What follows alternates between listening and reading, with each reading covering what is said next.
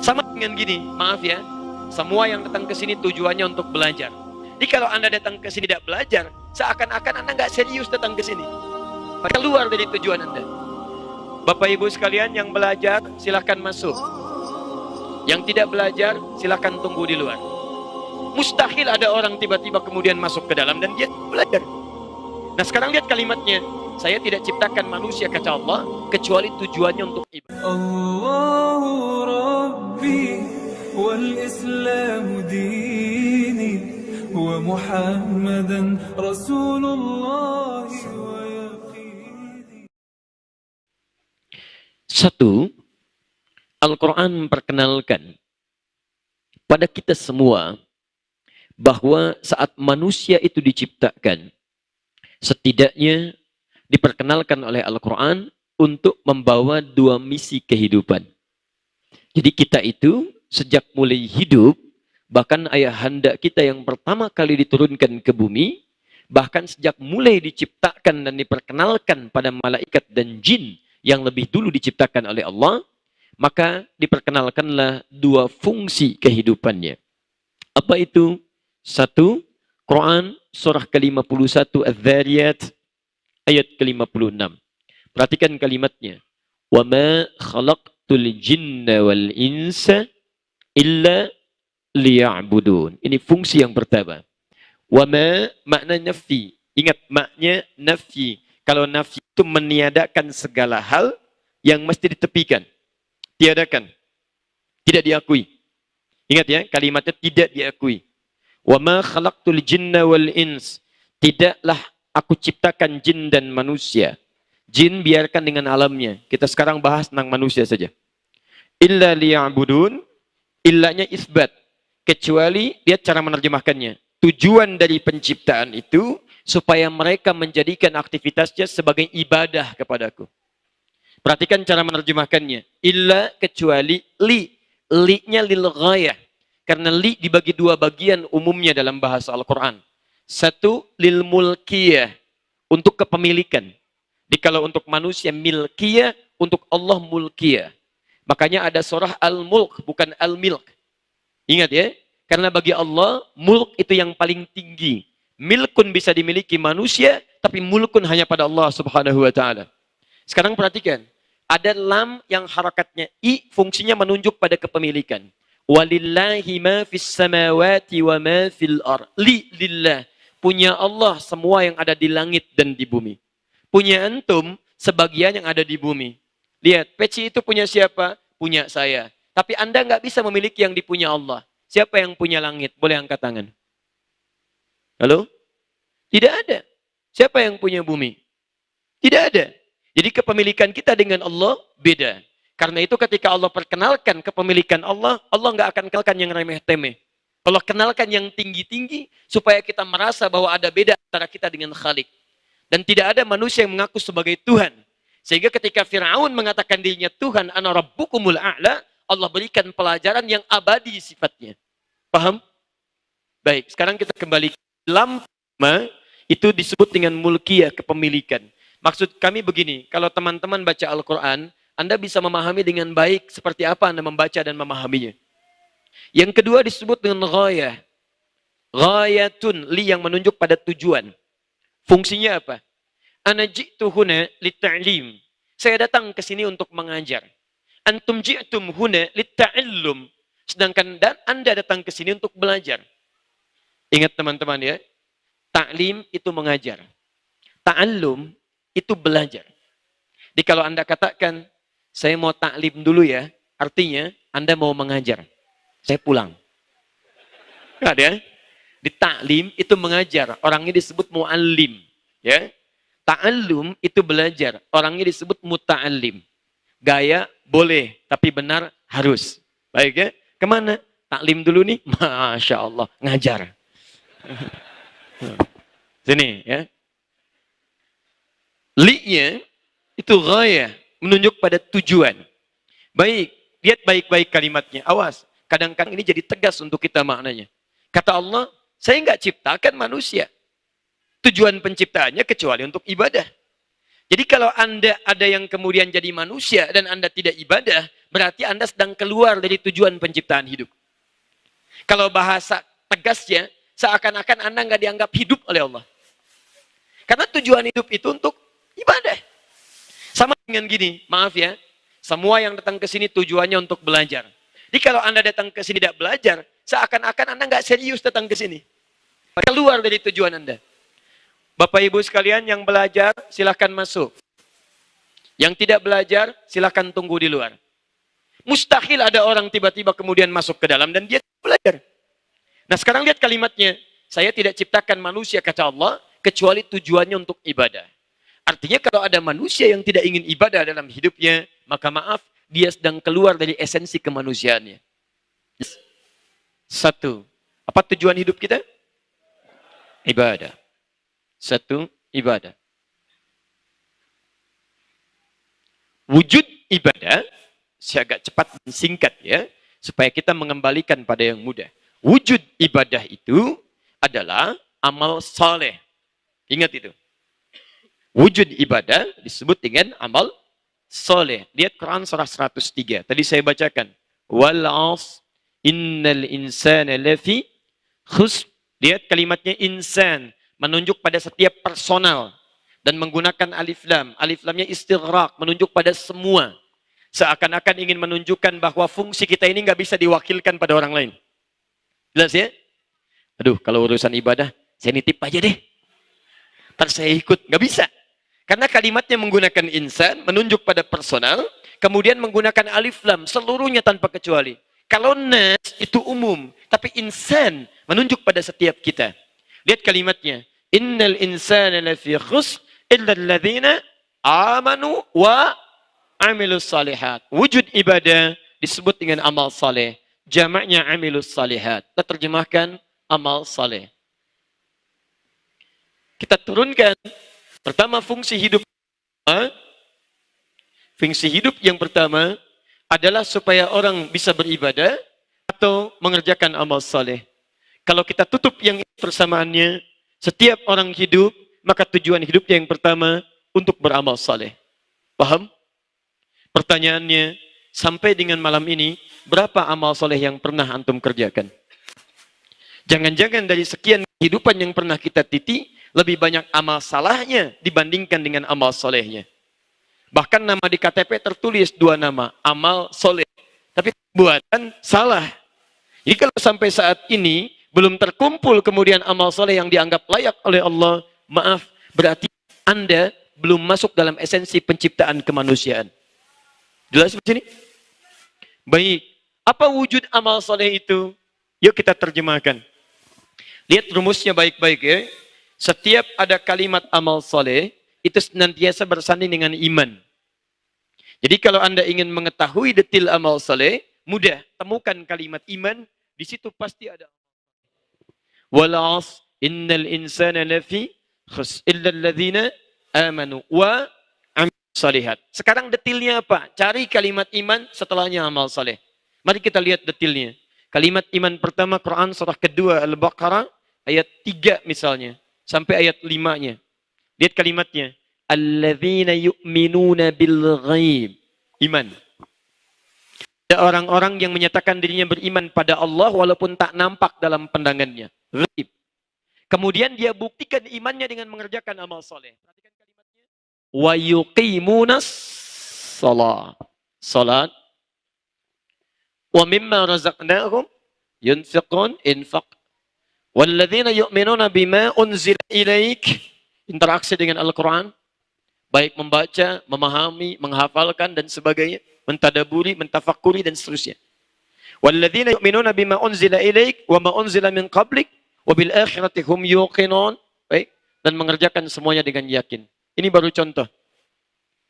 Setiap temukan kalimat iman, setelahnya amal saleh. Ya ayyuhalladzina amanu kutiba alaikumussyam, puasa. Ya ayyuhalladzina amanu aufu bil uqud. Ya ayyuhalladzina amanu idza nudiya lis-salati min yaumil jumu'ah. Ya ayyuhalladzina amanu, ya ayyuhalladzina amanu, amal saleh. Coba teman-teman ya, saya ambil contoh satu aja sampai dengan malam ini. Mohon maaf ya, kalau bagian dari pernyataan saya barangkali ada yang kurang berkenan. Tapi hal itu menjadi evaluasi dalam kehidupan kita. Karena satu saat kita akan berpulang. Mumpung masih diberikan kesempatan. Saya mau tunjukkan satu aja dari sekian banyak amal soleh yang kita titik sampai dengan malam ini. Solat saja. Saya sering katakan kepada Anda, kalimat solat pertama dibuka dalam Al-Quran dengan kalimat jamak ghair mahdud. Jamak tanpa batas. Kalau ada jamak tanpa batas, itu berarti menunjuk kepada semua ragam solat yang pernah ditunjukkan dalam Al-Quran, dituntunkan dalam sunnah Nabi. Kalau semua jenis solat, itu berarti mencakup yang fardunya plus sunnahnya. Karena itu bentuk tulisannya ditulis dengan alif, lam, sad, lam, wawu, fathah tegak, ta. Gini.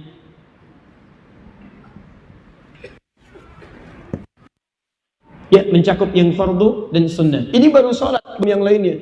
Saya tanyakan kepada Anda, pernah nggak selama hidup ya, ini evaluasi kita saja, kita belum bicara turunan materinya. Pernah nggak antum selama hidup, keluarkan semua jenis sholat yang disebutkan di Quran dan hadis. Lalu Anda bikin menunya misalnya. Hei Anda yang pernah belajar bertahun-tahun, hanya untuk mencari dunia.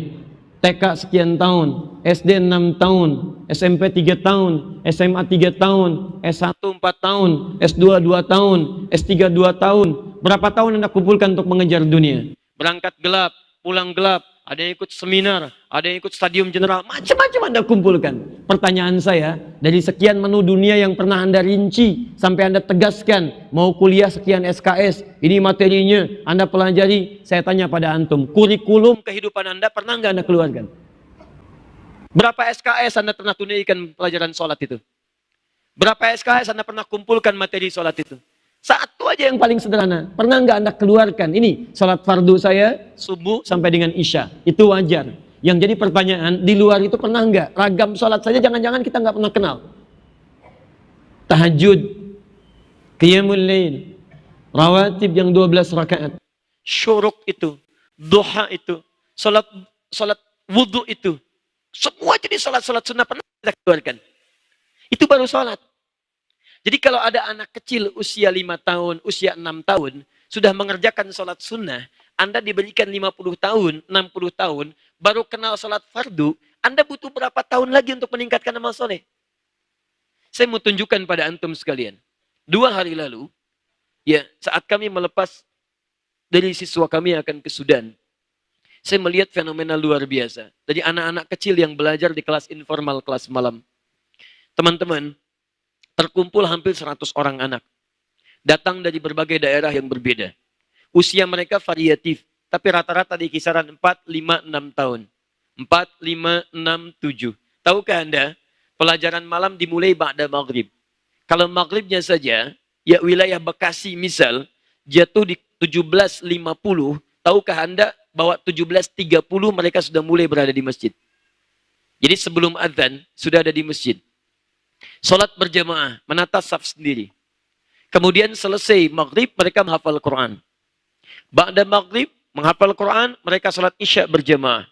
Ba'da isya, murajaah lagi. Kemudian mereka mendekat pada gurunya, lalu melepas gurunya, baru pulang ke rumah jam 9 malam. Anak usia 4-5 tahun, maaf sebelum azan, sudah datang ke masjid. Salat berjamaah. Mereka menghafal Quran. Isyanya berjamaah. Murajaah Al-Quran.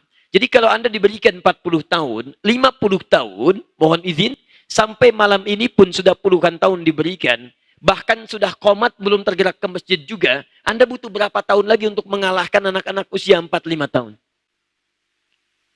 Berita kurang menyenangkan ya, mereka belum taklif. Jadi belum ada kewajiban beban ibadah, tapi sudah mau ibadah. Belum azan, Masya Allah, sudah ke masjid. Antum sudah qomat belum tersentuh juga, antum butuh berapa tahun lagi? Itu poinnya. Saya sering kisahkan yang paling aneh. Ini ada orang jauh dari masjid. Jaraknya bahkan ada yang 1 kilo, 2 kilo. Kendaraan tidak Allah titipkan kepadanya. Jangankan level mobil, sepeda aja nggak punya. Tapi dia bisa gunakan kakinya untuk bersaksi di hadapan Allah saat semua dikunci. Al-yawma nakhtimu ala afwahihim wa tukallimuna aydihim wa tashhadu arjuluhum. Ingat. Kakinya bersaksi. Dia gunakan kakinya untuk ke masjid datang. Supaya disaksikan di hadapan Allah. Anda yang Masya Allah, rumah dekat dengan masjid. Jaraknya tidak sampai kiloan. Bahkan ada yang 5 meter, ada 10 meter. Kendaraan lengkap. Sepeda Allah berikan, motor Allah titipkan, mobil variasinya banyak. Bahkan saking sayangnya Allah kepada Anda, speaker masjid pun ke rumah Anda corongnya begini nih. Tuh. Adzan kedengaran, qomat jelas. Masya Allah. Kalau dengan sekian belum mampu menggerakkan hati Anda untuk ke masjid, Anda perlu diberikan apa lagi? Maka dari itu, sebelum hari berganti, pekan kemudian berubah, dan tahun juga kemudian berganti, bulan juga kemudian berubah. Coba lihat sampai dengan malam ini. Barangkali dihidupkan kita dari sekian orang yang telah wafat. Saking sayangnya Allah supaya kita kembali merubah diri. Yuk, ini bagian pertama. Itu baru sholat ya, belum infak. Hati-hati. Itu baru infak ya, belum Al-Quran. Ada orang tidak bisa melihat, mau menghafal Quran. Antum diberikan mata sehat, untuk baca saja sampai malam ini belum bisa lancar. Antum butuh berapa hari lagi, dan butuh berapa tahun lagi untuk berubah. Dua. Sabar ya, kita belum mulai materinya. Ini baru pengantar. Ini. Satu, kita akan mulai saat masuk ke sini. Kita masih di sini. Sampai jam berapa kita? Insya Allah. Saya jam 9 lewat dikit pulang, antum sampai jam 12 silahkan di sini ya. Silahkan untuk hijrah di sini ya. Baik. Dua. Nih. Jadi ini fungsi yang pertama. Ingat baik-baik ya. Maksudnya nanti ketika kita akan berhijrah, kita tahu kemana mesti berhijrah. Dua. Fungsi hidup manusia diisyaratkan di Quran untuk menjadi khalifah. Ingat, khalifah. Bahkan saking tingginya misi ini, itu Allah hanya tunjuk manusia, bukan malaikat. Malaikat memberikan isyarat tidak ditetapkan oleh Allah. Hanya manusia. Quran surah kedua, ayat 30. Paling kiri sebelah atas. Wa idh qala rabbuka lil malaikati inni ja'ilun fil ardi khalifah. Dan ingatlah, tuh kata Allah, ingat. Antum mesti ingat. Awas, disebutkan ingat karena ada yang lupa. Itu masalahnya. Bukankah kalau orang sudah lupa suka nggak ingat? Halo? Iya kan? Bagaimana cara mengingatkannya? Bagaimana cara mengingatkan orang lupa? Jadi ingatkan, gampang ingatkan. Ingatkan pada apa yang ia lupakan. Karena itulah dalam bahasa Al-Quran diistilahkan dengan kalimat simpel. Dan ingatlah. Hei, ingat ya, ingat. Fungsi hidup kita itu bukan sekedar antum hidup, berangkat gelap, pulang gelap, kadang tertawa, kadang sedih. Bukan cuma itu. Ingat baik-baik kata Quran. Bahkan saking tingginya fungsi kehidupan ini, kami sampaikan ini pada malaikat. Malaikat mesti tahu nih. Nih fungsi saya ciptakan manusia. Malaikat, kamu mesti tahu. Apa fungsinya? Lihat, inni ja'ilun fil ardi khalifah. Saya jadikan manusia itu di bumi sebagai khalifah. Di bumi sebagai khalifah. Apa itu khalifah? Halo? Pemimpin apa lagi? Halo? Sudah ya. Kita sudah belajar cukup lama di sini. Dan kita tahu kaidahnya. Dalam pelajaran kita tidak boleh ada mengarang. Karena mengarang cuma ada di bahasa Indonesia. Baik, kalau tidak tahu cukup katakan Allahu alam. Jadi apa artinya khalifah? Kalau antum tidak tahu jadi khalifah, antum hidup selama ini jadi apa? Masya Allah. Waktu dihisab, tahukah kamu fungsi hidup kamu? Wallahu alam. Masya Allah, luar biasa. Teman-teman kadang-kadang. Ayo coba lihat sini ya. Lihat, khalifah bukan sekedar pemimpin. Bukan sekedar pionir. Pertama, kata khalifah itu dari kata khalafa, yang menggantikan. Menggantikan. Kalau sudah menggunakan jenis sifat, pakai tak di ujungnya, itu berarti menunjuk sifat saling, terus. Jadi pertama kita diberikan kesan bahwa kehidupan kita ini akan saling menggantikan satu dengan yang lainnya. Wafat, kemudian generasi pertama, muncul generasi kedua. Wafat generasi kedua, muncul generasi ketiga. Kemudian ayahnya meninggal dunia, anaknya meneruskan. Anak meninggal dunia, cucunya meneruskan. Karena itulah setiap generasi senantiasa menyiapkan generasi terbaik setelahnya supaya bisa menggantikan lebih baik bagi generasi sebelumnya. Perhatikan wujud keterangan dalam Al-Quran, Surah ketiga Ali Imran, ayat 35 sampai 37. Posisi paling kiri dari pertengahan sampai dengan ke ujungnya. Lihat kalimatnya. Idh qalat imra'atu Imrana, Rabbi inni nadhartu laka ma fi batni muharrara, fataqabbal minni, innaka sami'ud du'a. Ketika Hannah dalam kandungannya bermohon kepada Allah, meminta kepada Allah agar bayi yang dikandung lebih dekat dengan Allah, lebih baik daripada ibu dan bapaknya, dan lebih mulia untuk menggantikan tugas generasi setelahnya. Teman-teman, saya ingin tunjukkan kepada Anda. Lihat baik-baik sini.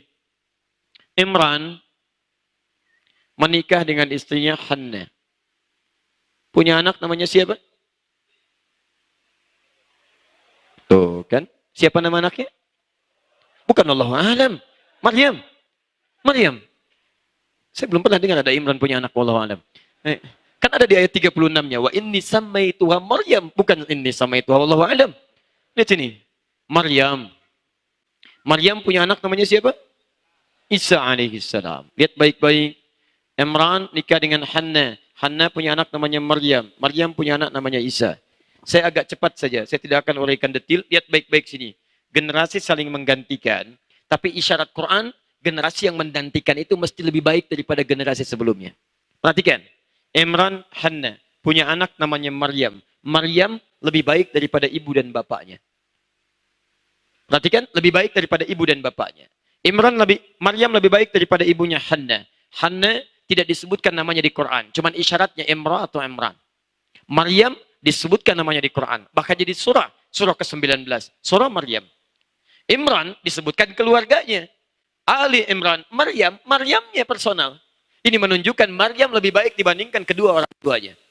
Bukti kedua, Hannah bisa mengandung dan melahirkan, menikah dulu dengan Imran. Disentuh Imran, lahir Maryam. Maryam, Masya Allah. Bahasa Qurannya, walam yamsasni bashar. Tidak pernah disentuh oleh laki-laki manapun. Ingat bahasa Qurannya, bukan lahiran tanpa bapak. Kalau yang begitu banyak. Awas hati-hati. Betul. Ya, awas hati-hati. Bahasa Qurannya walam yamsasni bashar, yang tidak pernah disentuh. Kalau yang tidak pernah disentuh artinya hanya satu. Ingat baik-baik ya. Kalau di Quran disebutkan namanya langsung, bahkan plus bin atau bintinya, ini menunjukkan bahwa peristiwa itu hanya akan terjadi pada orang ini, tidak akan terjadi pada orang-orang yang lainnya. Walaupun dia mencoba untuk memiliki nama yang sama. Makanya kalau ada Maryam-Maryam yang lain, Quran menegaskan bukan Maryam yang itu, tapi Maryam binti Imran. Iwas, ingat baik-baik ya. Maryam binti Imran. Wa Maryam ibnata Imrana. Bukan Maryam binti Asep, bukan Maryam binti Dadang, bukan Maryam binti Adi, tapi Maryam binti Imran. Untuk menegaskan jangan ada lagi Maryam yang mengaku seperti Maryam yang ini, karena yang ini spesial. Maryam ini lebih baik daripada ibu dan bapaknya. Pertanyaannya, Maryam Nabi bukan? Rasul bukan? Bukan. Maryam punya anak siapa namanya? Isa. Masya Allah. Isa laki-laki perempuan? Laki-laki. Makanya Isa bin Maryam. Ingat, bin itu artinya anak laki-laki. Binti artinya anak perempuan. Jadi jangan selalu dipahami bin dengan binti itu menunjuk pada nasab. Juga bisa diartikan anaknya, pada gendernya. Ada yang mengatakan, Ustadz kok Isa bin Maryam? Betul, yang salah Isa binti Maryam. Bin itu anak laki-laki, binti anak perempuan. Jadi menerjemahkannya, Isa bin Maryam. Isa anak laki-lakinya Maryam. Jelas? Pertanyaannya, Isa Nabi bukan? Rasul bukan? Oh, ingat-ingat dulu. Siapa yang Rasul? Bapak Rasul. Masya Allah. Halo. Ada Rasul di sini luar biasa. Saya hampir berapa tahun kajian di sini baru menemukan ada Rasul malam ini. Assalamualaikum. Aduh. Ya, semoga Allah mengampuni kita semua ya. Mungkin agak lelah tadi nunggunya ya. Baik. Sudah, di situ kadang kita merasa sedih ya. Kalau terlalu banyak sesuatu yang tidak kita pahami. Saya kalau diskusi dengan MUI Jawa Barat itu spesial luar biasa. Hampir tiap bulan ada nabi baru. Hampir tiap bulan ada nabi baru di Jawa Barat. Ya, terakhir di Karawang. Mudah-mudahan sudah selesai. Ya, sini sudah. Betul. Ini ya. Sudah. Isa nabi bukan. Rasul bukan. Maryam nabi bukan. Rasul bukan. Berarti Isa lebih baik daripada Maryam, lebih baik daripada Imran dan Hannah. Perhatikan teman-teman, ketika berganti generasi, yang ini selalu lebih baik, yang ini selalu lebih baik dari sebelumnya. Kenapa? Karena tantangan di setiap masa itu beda dengan tantangan sebelumnya. Dulu, tantangan bupati dulu, mungkin sekarang selevel dengan tantangan camat. Tantangan camat dulu, mungkin sekarang selevel dengan tantangan RT. Jadi kalau Anda ingin membuat generasi terbaik, Anda mesti menyiapkan yang terbaik. Karena ketika saling menggantikan, zamannya sudah beda. Zaman 3315 Nokia, dengan zaman yang sekarang Apple sudah seri ke-8 bahkan mau plus, itu tidak mudah. Jadi kalau Anda tidak siapkan anak-anak kita lebih baik daripada sebelumnya, akan ketinggalan anak-anak kita. Yang paling berbahaya adalah kalau ada orang tua yang tidak menyiapkan generasinya untuk persiapan masa depannya yang terbaik. Masa depan yang terbaik itu apa? Wal tanzur nafsum ma qaddamat lighad. Quran surah 59 ayat 18 sampai akhiratnya. Ingat, tujuan kita kompetisinya bukan cuma dunia, sampai akhirat. Antum nih jangan bangga dulu kalau anaknya juara matematika. Kalau cuma juara matematika, non-muslim pun bisa jadi juara olimpiade.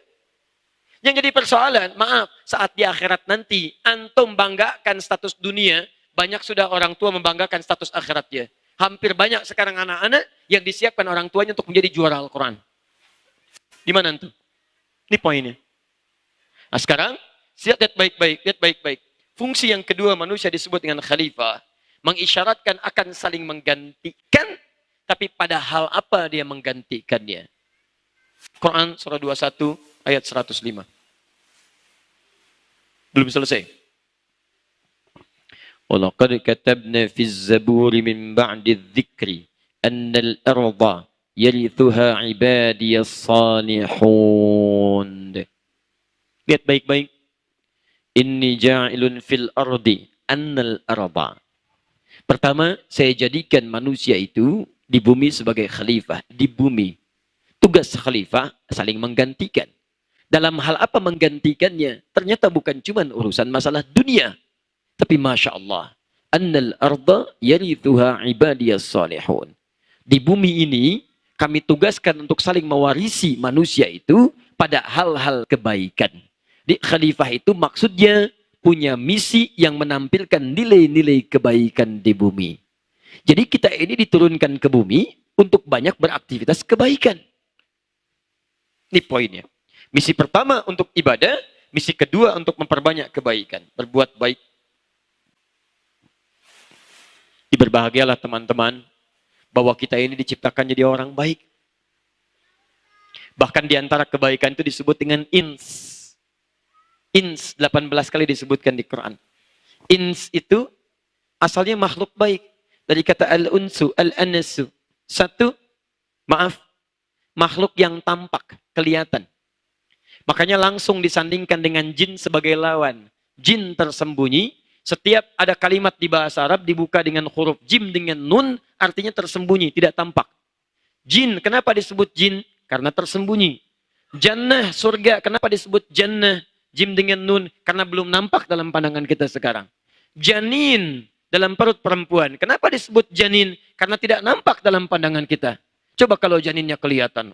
Janin, Masya Allah, repot itu kehidupan. Tidak nampak. Dan disandingkan dengan ins. Jin, ins. Jin, fitrahnya tidak nampak, tersembunyi. Itu fitrahnya. Jadi kalau ada jin melakukan penampakan, itu jin sedang keluar dari fitrah. Sedang punya masalah. Sedang punya masalah, ingat baik-baik itu. Ya, jangan diganggu. Kalau yang sedang punya masalah diganggu, tambah masalah nantinya. Jelas ya? Lawannya ins. Ins itu nampak. Makanya ketika bayi manusia mulai lahir, kelihatan. Nampak bayinya. Kan agak aneh kalau suaranya ada, bayinya nggak ada, gitu kan? Itu yang repot. Tapi yang kedua, teman-teman sekalian, ingat, jin itu tersembunyi, manusia nampak. Jadi kalau manusia misalnya, senang sembunyi. Pulang ke rumah, ada pintu depan, sembunyi lewat pintu belakang. Ke masjid, sembunyi-sembunyi. Ke kantor, sembunyi-sembunyi. Maka pada saat yang bersamaan, dia sedang menjadi, bukan. Dia sedang jadi manusia yang keluar dari fitrahnya. Dia sedang punya masalah. Sedang punya masalah. Jadi kalau antum lihat teman-teman yang suka mojok sendirian, sembunyi-sembunyi dalam macam-macam, berarti ada sesuatu yang melekat dalam dirinya. Yang perlu diselesaikan. Gampang melihatnya. Kedua, ins, itu lembut, ramah, baik, halus. Di saat antum diciptakan, antum tuh makhluk halus. Betul, halus. Perilakunya baik, lembut. Lawannya jin. Jin itu bukan makhluk halus. Jin itu disebut jin karena punya perangai yang kedua, kasar. Tidak harmoni. Makanya kalau jin melakukan penampakan, atau misalnya masuk pada jasad seseorang, jarang ada orang kemasukan jin, tiba-tiba aja lembut. Assalamualaikum Ustadz, mohon izin. Kenapa? Pengen ikut taklim, sedang kemasukan jin. Mustahil. Mustahil. Orang kemasukan jin kalau tidak meracau, dia akan mengacau. Tapi manusia tidak. Saat dia diciptakan oleh Allah disebut dengan ins, diberi tugas jadi khalifah, kata Allah, kamu makhluk baik. Kamu makhluk lembut. Karena kita dipuji oleh Al-Quran, dimuliakan dari makhluk yang lainnya. Perhatikan, semua tubuh kita, sejak diturunkan ke bumi, lahir kita, dari rahim orang tua kita, generasi Adam, maka semua tubuh kita dari ujung kepala sampai ujung kaki disebut makhluk mulia. Quran surah 17 ayat 70. Lihat baik-baik ukuran hidup kita. Awas jangan main-main di sini. Walaqad karramna bani Adam. Kami telah muliakan seluruh anak keturunan Adam. Bani Adam itu semua keturunan Adam sampai kehidupan berakhir. Jadi teman-teman sekalian, kita ini makhluk mulia. Awas, kita makhluk mulia. Dari ujung kepala sampai ujung kaki. Apa di antara kemuliaannya? Lihat kalimatnya. Walaqad karramna bani Adam. Wahamilnahum fil barri wal bahri. Karena kemuliaan itu kami izinkan banyak beraktivitas. Umumnya di daratan atau di lautan. Indah bahasa Quran. Kata Allah, silahkan beraktivitas. Di darat, di laut, kamu makhluk mulia. Mulia. Silahkan. Kenapa tidak disebutkan udara? Karena pada umumnya jarang orang beraktivitas di udara. Kecuali hanya melintas. Ya, pernah ada jualan asongan di udara? Yang haus, yang haus, yang haus. Masya Allah. Aduh, gerah buka dikit dong kaca. Begitu dibuka, hancur pesawat. Kan? Susah. Darat, laut, darat, laut. Dan berbahagia kita. Orang Indonesia itu banyak dimuliakan oleh Allah Subhanahu wa Ta'ala. Coba silahkan lihat daratan mana yang paling luas kecuali Indonesia dan lautannya. Berapa banyak potensinya. Kata Prof. Mansur, Ahmad Mansur Surya Negara, orang tua kita semua yang beliau tinggal di Bandung itu, menulis buku namanya Api Sejarah tuh. Di jilid yang pertama, warnanya hitam, terbitan Surya Madani, halaman 19, posisi paling kanan sebelah atas, paragraf kedua baris 1 sampai 3. Indonesia itu daratnya 2 juta kilometer persegi. Lautnya 3.200.000 kilometer persegi. Darat lautnya 5.200.000 kilometer persegi. Pulaunya, saya pernah ke Abu Dhabi. Di Abu Dhabi itu ingin membuat pulau buatan. Satu pulau Anda bayangkan, triliunan mereka siapkan. Ini Ustaz sebagai pencegahan kalau ada tsunami, air laut naik, maka akan menghantam pulau ini dulu. Isinya kosong. Cuman buat dihantam air laut aja. Menyiapkannya triliunan. Kita, saking sayangnya Allah orang Indonesia, 13.677 pulau di Indonesia. Itu pun belum termasuk Pulau Gadung, Pulau Gebang, Pulau Mas. Tuh. Luar biasa. Nah, warazaqnahum at-thayyibat. Karena ini makhluk mulia, maka kami hanya berikan rizki-rizki yang baik saja, yang mulia juga. Perhatikan baik-baik ya. Lihat baik-baik. Jadi kita makhluk mulia, seluruh tubuh kita dari ujung kepala sampai ujung kaki mulia. Karena itulah semua organ tubuh kita hanya diperkenankan oleh Allah beraktivitas yang mulia saja.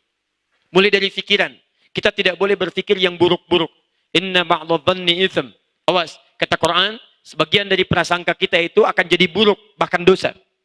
Jadi karena kita makhluk mulia, maka prasangka kita pun hanya yang baik-baik saja.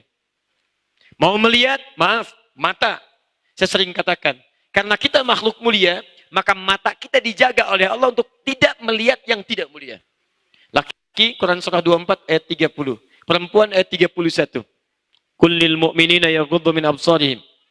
Katakan pada pria-pria beriman, matanya hanya boleh lihat yang baik-baik saja. Jadi maaf, kenapa kita dilarang untuk melihat yang tidak baik? Karena kita makhluk mulia. Jadi kalau antum sedang mengamati yang tidak baik, itu mohon izin ya, Anda sedang merendahkan kemuliaan Anda di hadapan Allah Subhanahu wa Ta'ala. Jadi kalau Anda tiba-tiba melihat yang tidak baik, seakan-akan Allah tidak menghendaki kemanusiaan kita. Cukuplah Anda jadi manusia mulia untuk melihat yang baik-baik. Jadi kalau Anda lihat handphone ada tayangan yang tidak baik, Anda palingkan. Karena Anda makhluk mulia. Jalan ke tempat taklim, melihat misalnya gambar yang tidak baik, palingkan. Karena Anda makhluk mulia. Ketika Anda menyaksikan hal yang tidak bagus, maka Anda sedang merendahkan martabat Anda di hadapan Allah Subhanahu wa taala. Dan Allah, maaf ya, Anda kelihatan teman saja, lihat gambar yang tidak bagus, Anda malu. Kenapa Anda tidak merasa malu ketika dilihat Allah? Kenapa Anda tidak merasa malu? Coba cek sampai dengan hari ini. Mohon izin, ini baru mata ya. Katanya mau hijrah. Katanya mau baik dalam pandangan Al-Quran. Jangan cuma ganti pakaian. Pakaian ganti. Kalau laki-laki begini, kalau perempuan sudah begini, hijabnya begini. Kalau belum begini, belum hijrah. Pakaian begini, kalau begini belum hijrah. Kalau nggak seperti ini belum hijrah. Cek dulu, jangan tinggi-tinggi kita bicara. Nih yang ini nih. Jangan-jangan pakaian bagus tapi pandangan tidak bagus. Hati-hati. Jangan-jangan pakaian, celana sudah tidak isbal. Tapi mulut pada isbal. Hati-hati. Lisannya isbal, matanya isbal, tangannya isbal. Melebihi apa yang tidak wajar dalam ketentuan Al-Quran dan Sunnah Rasulullah SAW. Coba cek. Ayo mulai berubah ya. Begitu lihat handphone, bagus. Palingkan. Bagus gak? Balik lagi. Sama aja itu. Sudah. Dan cepat. Saya sering katakan kepada Anda mengelak dengan cepat. Sampai ke ujung kaki. Kaki kita itu mulia. Makanya ketika jalan, orang mulia itu beda. Quran surah ke-25. Ayat 63. Masya Allah. Mau jalan ke hotel mulia. Orang mulia, lain cara jalannya. Wa ibadur rahmanil ladzina yamshuna 'alal ardi hauda. Hamba Allah yang penyayang itu, kalau jalan-jalannya tawadhu, tidak sombong. Tawadhu. Dan disebut hamba Allah yang penyayang. Jadi kalau Anda kemudian jalan, kaki Anda dipakai sombong, saat yang bersamaan Anda tidak diaku oleh Allah sebagai hamba Allah yang penyayang. Anda tidak diaku orang tua, Anda bisa kecewa. Siapa yang tidak merasa kecewa kalau tidak diaku hamba oleh Allah? Ayo. Para pendosa saja kalau tobat disebut hamba Allah. Quran surah ke-39 ayat 53. Ini dosa sedemikian besar. Qul ya ibadiyalladzina asrafu ala anfusihim la taqnatu min rahmatillah. Katakan Muhammad pada hamba-hambaku yang merasa banyak dosa tapi mau taubat. Jangan putus asa dari rahmat Allah. Ini orang sombong. Jadi begitu dia sombong tidak mau bertobat, tidak diaku. Makanya setan, iblis, ketika dia merasa sombong daripada Adam, ana khairun minhu, khalaqtani min narin wa khalaqtahu min tin. Saya lebih hebat daripada Adam. Kau ciptakan saya dari api, dia dari tanah. Tidak levelnya yang dicipta dari api nyembah, sujud kepada yang dicipta dari tanah. Tidak diaku oleh Allah. Ukhruj, keluar. Keluar. Kamu bukan bagian dari hambaku yang taat. Keluar, pergi. Coba Anda bayangkan. Jadi ketika Anda jalan dalam keadaan yang tidak baik, Anda sedang tidak diaku oleh Allah Subhanahu wa taala sebagai hamba. Makanya antum coba mikir-mikir dulu kalau mau sombong. Hati-hati. Quran surah 31 ayat 18. Wala tamshi fil ardi maraha. Jangan jalan, jangan terlalu congkak. Fir'aun sombong, selesai. Fir'aun punya kedudukan, ngaku Tuhan bahkan, ana rabbukumul a'la. Kemudian sombong. Hei teman-teman yang punya kedudukan, saya kasih tahu dari sekarang ya. Fir'aun itu kedudukannya hebat sekali. Dia raja, punya pasukan besar, banyak ditakuti, kata-katanya menggelegar. Jadi kalau bicara, kalau tidak suka sesuatu, bukan cuma membuat kita tegang, tapi bisa menghadirkan kehilangan nyawa. Itu saya tidak suka dengan rambutnya itu. Tolong pisahkan kepala dari badannya. Oh, kepala dari badannya. Fir'aun tuh. Fir'aun. Dia bukan nyuruh cukur. Cukurnya sekalian dengan lehernya. Fir'aun. Luar biasa. Ngaku Tuhan. Banyak kedudukannya. Bala tentara banyak dan sebagainya. Tapi sombong habis. Terus antum, kedudukan tidak seperti Fir'aun. Pengen ikutan sombong. Antum telat. Ketinggalan. Ketinggalan. Dan keterlaluan. Hei yang punya kekayaan. Mau sombong. Dulu sudah ada Qarun. Quran surah 28 ayat 76 sampai dengan 80. Dan qadarullah ini dua-duanya. Satu masa, satu zaman, satu tipe. Pengusaha hitam bertemu dengan penguasa zalim. Inna Qaruna kana min qaumi Musa. Qarun itu termasuk kaumnya Musa. Fabagha alaihim. Sombong dengan hartanya. Jadi kalau togo, sombong dengan kedudukan. Bagho, sombong dengan harta. Mirip tapi berbeda. Karena itu ketika Fir'aun disebutkan togo. Izhab ila Fir'auna innahu togo. Qarun disebutkan bagha. Inna Qaruna kana min qaumi Musa. Fabagha alaihim. Apa kesombongannya? Karena harta bendanya. Kaya. Wa inna mafatihahu latanu'u bil usbah. Dan sungguh kunci gudang hartanya. Bahasa Qur'annya gudang harta. Bukan brankas. Kalau brankas masih kecil ukurannya, paling segini. Ini gudang. Kalau gudang segimana sih?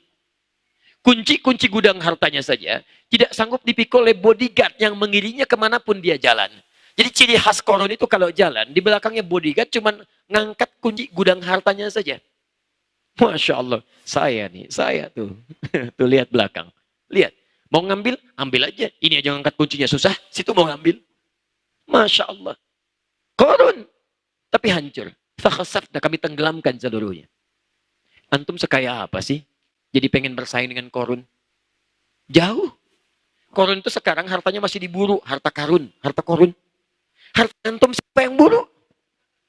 Coba cek. Terus Anda pengen ikutan sombong kayak Korun? Aduh. Baru punya Lamborghini. Korun sudah punya Lamborghini tuh. Banyak tuh. Ayo, antum mau apa lagi? Ya, nggak ada teman-teman sekalian. Untuk apa? Jadi antum telat ketinggalan. Sayang. Kalau cuma baru sedikit, sudah. Kemarin nggak ke masjid. Begitu beli Ferrari, keliling komplek ngajak ke masjid. Ayo ke masjid, ke masjid. Masya Allah. Melangkah aja gampang. Paham ya? Jadi, sekarang kembalikan. Kita itu diciptakan sebagai orang baik. Jadi kalau dari ujung kepala sampai ujung kaki belum baik, maka kita sedang keluar dari fitrah kemanusiaan kita. Ini. Karena kebaikan inilah dan kemuliaan ini, kita dilebihkan dari makhluk lainnya. Kembali ke ayat. وَفَضَّلْنَاهُمْ عَلَى كَثِيرٍ مِمَّنْ خَلَقْنَا تَفْضِيلًا. Karena itulah kami lebihkan manusia, kami muliakan dari makhluk-makhluk yang lainnya. Jadi Anda kalau ingin dianggap mulia oleh Allah, maka tunjukkanlah kemuliaan hidup kita yang ini. Bicara yang baik-baik, mendengar yang baik-baik, maaf, memegang yang baik-baik, melangkah pada yang baik-baik. Karena itu mohon maaf ya, kalau semuka bumi ini, Islam, Muslim, aman dunia ini. Aman. Dan kalau orang Islam yang menegakkan fungsi keislamannya, maka tentram kehidupan kita. Demi Allah saya katakan, kalau seorang sadar, ini saya bingung saya sekarang ini. Orang kok mudah sekali. Bukan cuma tuduh orang. Bukan cuma melontar perkataan yang buruk. Bunuh orang kayaknya ringan sekali. Bagi orang beriman, itu mikirnya bukan 2 kali, berkali-kali dia. Quran surah 4 ayat 92. وَمَنْ يَقْتُلْ مُؤْمِنًا مُتَعَمِّدًا فَجَزَاؤُهُ جَهَنَّمُ. Siapa yang sengaja membunuh, menghilangkan nyawa satu orang saja, beriman, maka balasannya neraka Jahannam. Khalidan fiha, kekal di dalamnya. Wa ghadiballahu alaihi, Allah murka kepadanya. Wa la'anahu, dilaknat oleh Allah. Wa a'adda lahu 'adzaban 'azima, dan disediakan siksa berlipat. Muslim sehat yang mana yang punya cita-cita masuk neraka Jahannam? Muslim yang mana yang ingin dilaknat oleh Allah? Muslim yang mana yang ingin dibenci Allah? Muslim yang mana yang ingin mendapatkan ganda balasan dari Allah Subhanahu wa taala? Mustahil. Mustahil. Karena itu, maaf ya. Coba cek sampai malam ini, berapa fungsi tubuh kita yang sudah keluar dari nilai kebaikan? Jangan-jangan antum ke sini pernah membuat kalimat yang tidak wajar. Sampai orang tua pun pernah menangis karena kata-kata antum. Bahkan belum sempat minta maaf, orang tua sudah meninggal dunia. Santai berangkat ke tempat taklim, tapi pasangan menangis karena kata-kata yang kasar itu. Coba cek lagi. Anak-anak pernah kecewa, teman-teman pernah marah. Ini teman-teman sekalian. Hati-hati ya. Ini poinnya. Sekarang, maaf, kalau Anda sudah paham fungsi hidupnya, ibadah dengan ini, maka coba cek sampai malam ini, Anda sudah hidup berapa tahun, berapa bulan, berapa hari, berapa jam, berapa menit, berapa detik.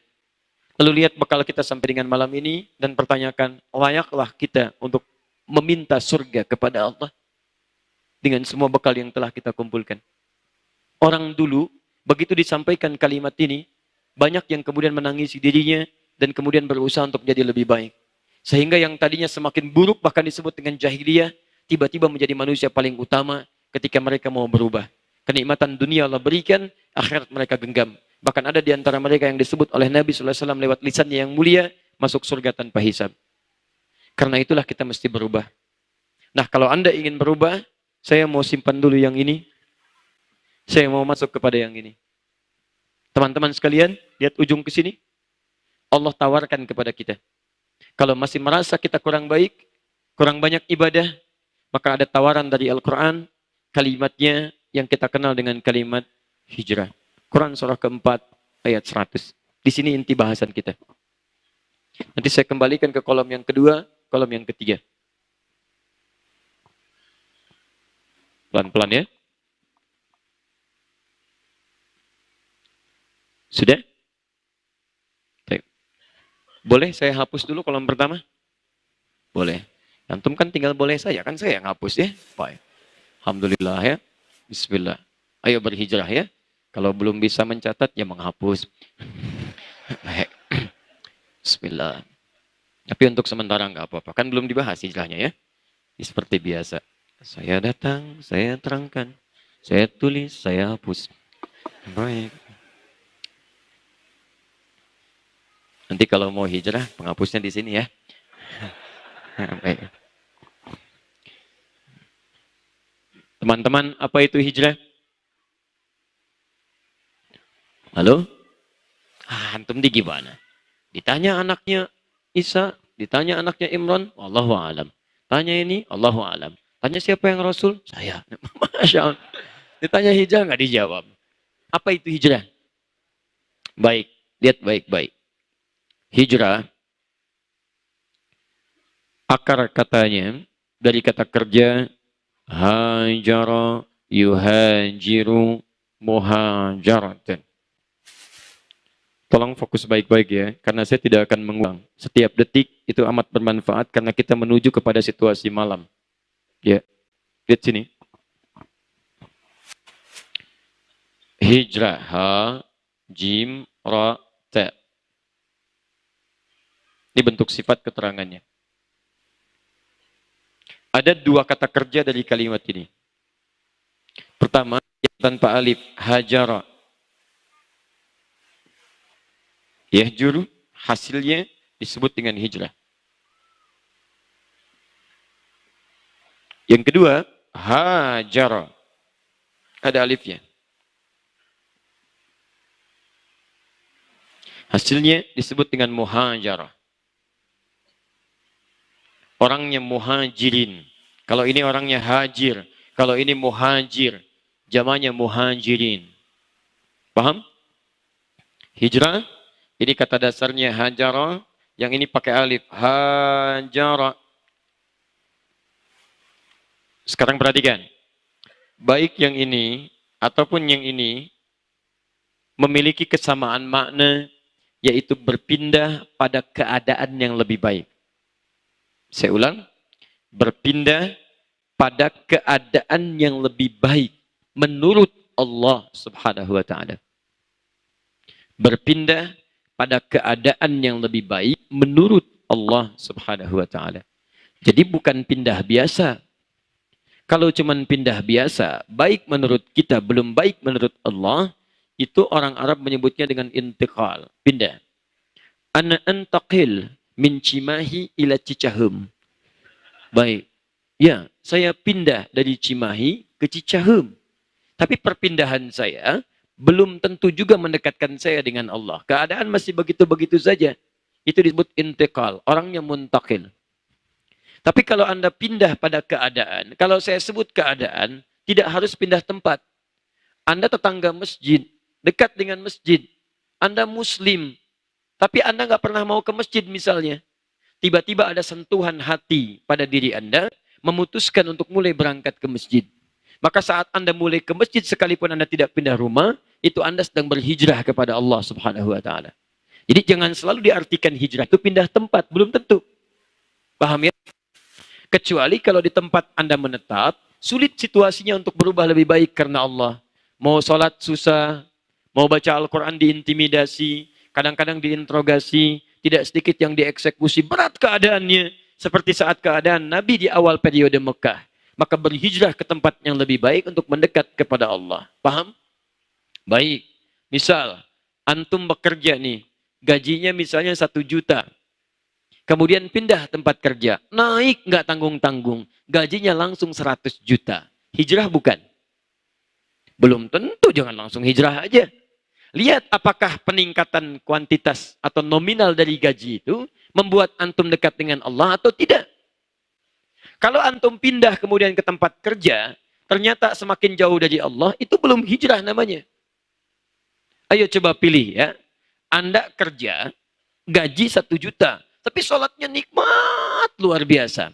Jangankan sholat fardu, sholat sunnah pun bebas kita. Atau yang kedua, gajinya 100 juta, tapi sholatnya susah.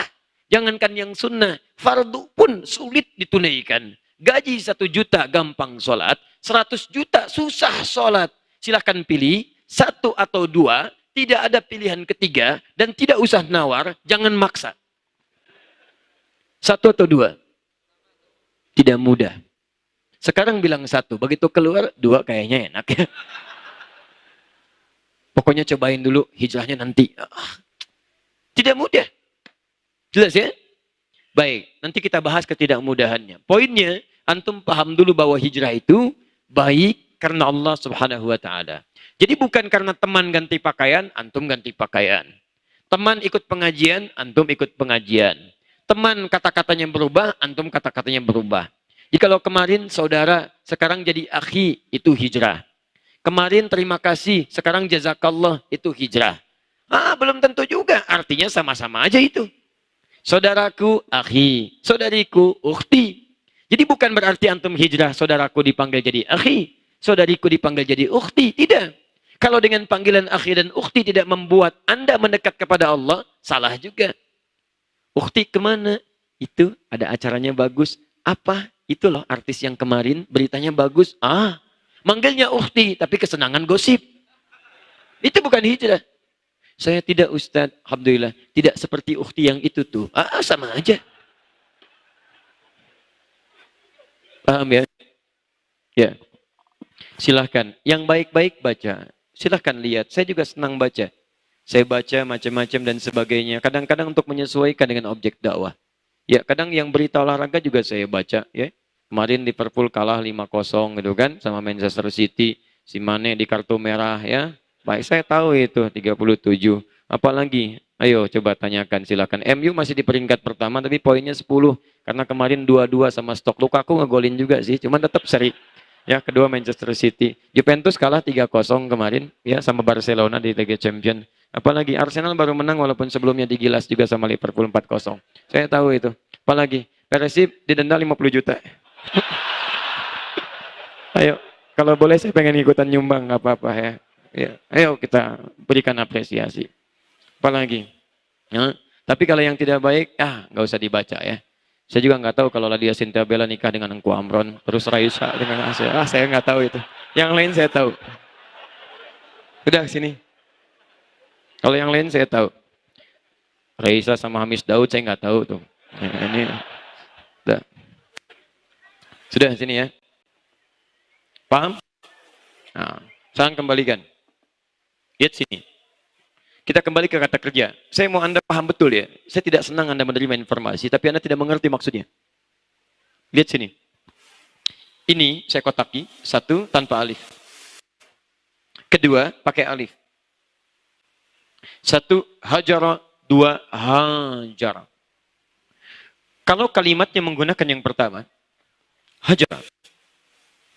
Yang kedua, hajara, pakai alif. Cepat mana bacaannya? 1 atau 2? 1, hajara. Cepat. Panjang mana bacaannya? 2 atau 1? 2, hajara, panjang. Lihat baik-baik ya, saya ajarkan sedikit rumus filologi dalam bahasa Arab. Di bahasa Arab itu cukup unik, sangat unik. Setiap huruf atau harakat itu punya arti. Arti. Bahkan titik itu sangat menentukan. Hilang 1 titik bisa berubah bacaan. Coba lihat. Huruf seperti ini, dikasih titik 1, jadi apa? Fa. Dikasih titik 2, jadi apa? Qaf. Dihilangkan titiknya, jadi apa? Tuh, beda ya? Sekarang perhatikan sini. Kalau ada kalimat, 1 pakai alif, yang kedua tidak menggunakan alif, maka yang tidak menggunakan alif, hukum bacaannya dibaca cepat. Yang menggunakan alif dibaca panjang. Itu kita pahami dengan baik. Tapi dalam esensi maknanya, dalam fikul lughah, yang tidak menggunakan alif itu menunjukkan sesuatu yang berproses dengan cepat. Hampir tidak ada banyak hambatan di jalannya. Sehingga Anda mengucapkannya pun cepat. Hajara, hajara, hajara. Itu cepat. Tapi kalau satu kalimat ditambah dengan alif, khususnya di huruf pertamanya jadi hajara. Ini selain kalimatnya dibaca panjang juga menunjukkan bahwa proses dari pekerjaannya itu tidak mudah dikerjakan. Kadang-kadang butuh proses yang cukup panjang. Kadang berliku. Lihat baik-baik. Kata kerja kalimat hijrah dalam Quran, termasuk dalam hadis, itu umumnya seringkali menggunakan bentuk yang kedua dibandingkan bentuk yang pertama. Silakan teman-teman lihat. Hajaro, bentuk progresifnya, yuhajiru. Kalau yang ini, hajara yahjuru. Ketika Anda akan mulai berproses berpindah, mendekat kepada Allah, kalimat Qur'annya menggunakan alif. Hajara. Ini menunjukkan, kalau Anda ingin berhijrah kembali kepada ketentuan Allah, tidak mudah untuk dilakukan. Kadang-kadang ada proses yang menghadirkan tantangan bagi kita untuk menguji kesungguhan kita berhijrah. Quran surah keempat ayat 100. Kita ambil pembuktiannya. Awas, kadang-kadang kelihatan sederhana, tapi ketika dialami prosesnya, Anda baru sadar. Ini maksudnya. Quran surah 4 ayat 100, paling kiri sebelah bawah. Bismillah. Wa man yuhajir fi sabilillahi. Wa man, dan siapapun. Masya Allah. Saya berkali-kali mengungkapkan kalimat man ini. Di tempat ini. Kalau disebutkan man, itu ismun mausulun yadullu ala al-amiyah. Huruf sambung konjungsi ismun mausul. Menunjuk pada subjek atau objek sekaligus tanpa batas. Laki-laki, perempuan, tua, muda, besar, kecil. Kata Quran, lihat kalimatnya. Masya Allah. Saya itu selalu bersyukur ya. Bahwa Allah itu kalau memberikan sesuatu, itu dengan sifat adilnya, selalu luas pemberiannya. Ketika Allah meminta kita berhijrah, tidak diberikan batas. Kata Allah, siapa yang mau berhijrah, ayo. Saya tidak akan batasi. Mau kamu orang yang merasa paling soleh, mau yang merasa paling banyak dosanya, berlumur dengan dosa yang luar biasa. Kamu besar, kamu kecil, kamu tua, muda, laki-laki, perempuan. Kamu ingin berhijrah, saya beri kesempatan. Saya beri kesempatan. Wa may yuhajir fi sabilillah. Dan siapapun yang mau berhijrah kembali pada jalan Allah. Lihat, ketika disebutkan hijrah, kalimat jalan Allah kembali. Karena saat kita diciptakan, tugas kita itu memenuhi ketentuan Allah. Berjalan di jalan Allah. Jadi kalau Anda tidak ibadah, Anda bersikap mulia. Nah sekarang, pernah nggak Anda berjalan keluar dari jalannya Allah? Harusnya Anda di track ibadah, tiba-tiba Anda keluar. Harusnya Anda di track kemuliaan, tiba-tiba Anda melakukan sesuatu yang hina. Anda harus kembali ke jalan Allah. Makanya ketika Anda mau kembali, wa may yuhajir fi sabilillah. Siapa yang mau kembali ke jalan Allah berhijrah? Kalimat hijrahnya menggunakan alif, yuhajir. Pertama berita baiknya, itu menggunakan ya. Mudhari. Present, continuous, future. Tawaran hijrah berlaku kapanpun. Kamu sekarang mau hijrah, hijrah. Besok mau hijrah, hijrah. Nanti mau hijrah, hijrah. Silakan. Terbuka sampai kapanpun. Tapi ingat baik-baik. Ketika Anda akan kembali kepada jalan Allah untuk membuat kebaikan-kebaikan, itu kadang memerlukan proses. Yang dengan proses itu akan diuji kesungguhan kita, apakah serius kembali kepada Allah atau tidak. Ini. Di teman-teman ingat baik-baik ya. Anda yang biasanya kumpul-kumpul, tiba-tiba sekarang mau ikut kajian, mau ikut taklim. Apa dikira akan langsung ikut taklim? Belum tentu. Anda akan mikir dulu, nimang-nimang dulu. Kumpul apaan sih? Taklim. Taklim itu apa sih? Saya juga belum tahu. Sekalian ke sana yuk. Tanya. Siapa ustadznya? Si fulan. Pokoknya lihat aja dulu. Lihat. Awal-awal karena belum biasa, mojok-mojok dulu. Dengar-dengar dulu. Lihat-lihat dulu. Masya Allah. Sama. Mau sholat. Lihat tadi. Sholat. Fardu itu biasa. Biasanya apa? Biasa ditunaikan. Kapan ditunaikan? Kadang terlambat. Sekarang mau berjamaah ke masjid. Tidak mudah. Tidak mudah. Bagaimana proses tidak mudahnya? Ini. Ada alif. Tantangan. Teman-teman sekalian, fokus baik-baik ya. Kalau Anda ingin mudah mengatasi tantangannya, saking sayangnya Allah kepada kita, Allah pun tidak ingin memberikan beban berat kepada kita untuk mempersulit kita hijrah kepada Allah. Maka diberikanlah keterangan, ini jenis tantangan yang akan kamu hadapi saat akan hijrah. Ada A, ada B, dan seterusnya. Nah, kebanyakan orang itu tidak bisa berhijrah menjadi baik, bukan karena nggak bisa jadi orang baik, karena dia tidak mempelajari tantangannya. Karena dia tidak mempelajari hambatannya. Karena tidak belajar, akhirnya ketika dia terhambat, dia tidak siap menghadapinya. Tantangan pertama, saya cepat. Karena ada setan. Ini. Faktor pertama. Ya, kalau tidak ada setan, mungkin lebih mudah jalan kita untuk berhijrah. Tapi di sini, kehidupan kita ketika turun, ada setan yang sudah mengikrarkan jadi musuh untuk seluruh anak cucu Adam. Setan asalnya iblis. Iblis asalnya jin yang fasik. Ya, setan pertama disebutkan di Quran surah 2 ayat 36. Paling kiri di pertengahan. Fa'azallahuma syaitan. Asalnya iblis. Ayat 34-nya. Wa idh qulna lil malaikati isjudu li Adam fasajadu illa iblis. Siapa iblis itu? Asalnya jin yang fasik. Melanggar perintah Allah. Quran surah 18 Al-Kahf yang tadi Anda baca di Jumat. Ayat 50. Posisi paling kanan di pertengahan. Wa idh qulna lil malaikati isjudu li Adam fasajadu. Sama dengan Al-Baqarah 34. Tapi yang Al-Kahf ayat 50 menjelaskan asal usulnya. Illa iblis, kecuali iblis. Siapa iblis itu? Kana minal jinni fafasaqa an amri rabbi. Termasuk kalangan jin yang kemudian dia menyimpang dari perintah Allah Subhanahu wa taala. Kenapa dia menyimpang? Aba wastakbar. Karena dia enggan bersujud kepada Adam, sombong. Kenapa dia sombong? Dijelaskan di Quran surah ke-7 ayat 11 sampai 13 itu. Ma mana'aka alla tasjuda idz amartuk. Kata Allah, kenapa kamu tidak mau sujud ketika saya perintahkan? Lihat bahasa Allahnya. Kamu sujud pada Adam, saya nggak butuh dengan sujud kamu. Cuma ini perintah saya. Jadi kalau kamu tidak sujud kepada Adam, bukan urusan kamu dengan Adamnya. Kamu nggak taat pada perintah saya. Antum pun begitu. Saat antum sholat, sujud, Allah nggak butuh dengan sholat kita. Cuman karena itu perintah. Semuka langit dan bumi tidak sujud kepada Allah. Tidak menurunkan status Allah sebagai Tuhan. Cuman itu ujian karena itu perintah dari Allah untuk kita. Ya teman-teman. Apa jawaban iblis pada saat itu? Lihat kalimatnya. Ana khairun minhu. Khalaqtani min narin wa khalaqtahu min tin. Saya lebih hebat dibandingkan Adam. Engkau ciptakan saya dari api, dia dari tanah.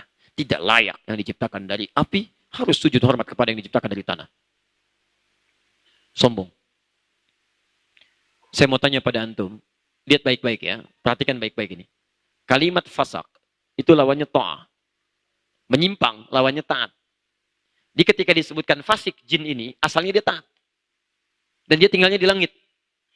Saya mau tanya pada Anda, beda antara alam akhirat, beda antara kehidupan di langit dengan di bumi, seharinya berapa lama? Lalu? 1000 tahun. Baik. Quran surah Al-Ma'arij 70, ayat 5, ya. Dan di 32, Quran surah As-Sajdah, ayat yang kelima. Ya. Sajdah ayat yang kelimanya. Al-Ma'arij ditafsir oleh As-Sajdah. Fi yaumin kana miqdaru alf sanatin mimma ta'udun. Ya, dari seharinya sama dengan 1000 tahun yang kita hitung. Jadi kalau maaf jin ini pernah ibadah sehari aja hitungan akhirat, maka sama dengan 1000 tahun ukuran dunia. Lihat baik-baik sini ya.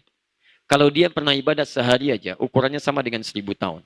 Anda bayangkan, ukuran 1000 tahun saja, ketika orang ini sombong, itu menjauhkan dirinya dari rahmat Allah Subhanahu wa taala. Terusir dia, terusir. Keluar.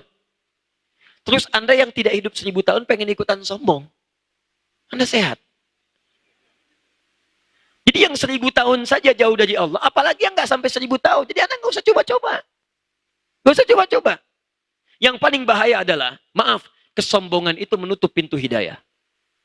Iblis salah, tapi karena sombong, tidak mau dia bertobat kepada Allah. Adam pernah salah, tapi karena sifat sombong tidak menyelimuti dirinya, dia mau menerima kalimat-kalimat dari Allah. Quran surah 2 ayat 37. Fatalaqqa Adamu min rabbihi kalimatin fataba alaihi. Adam menerima petunjuk, tobat dia.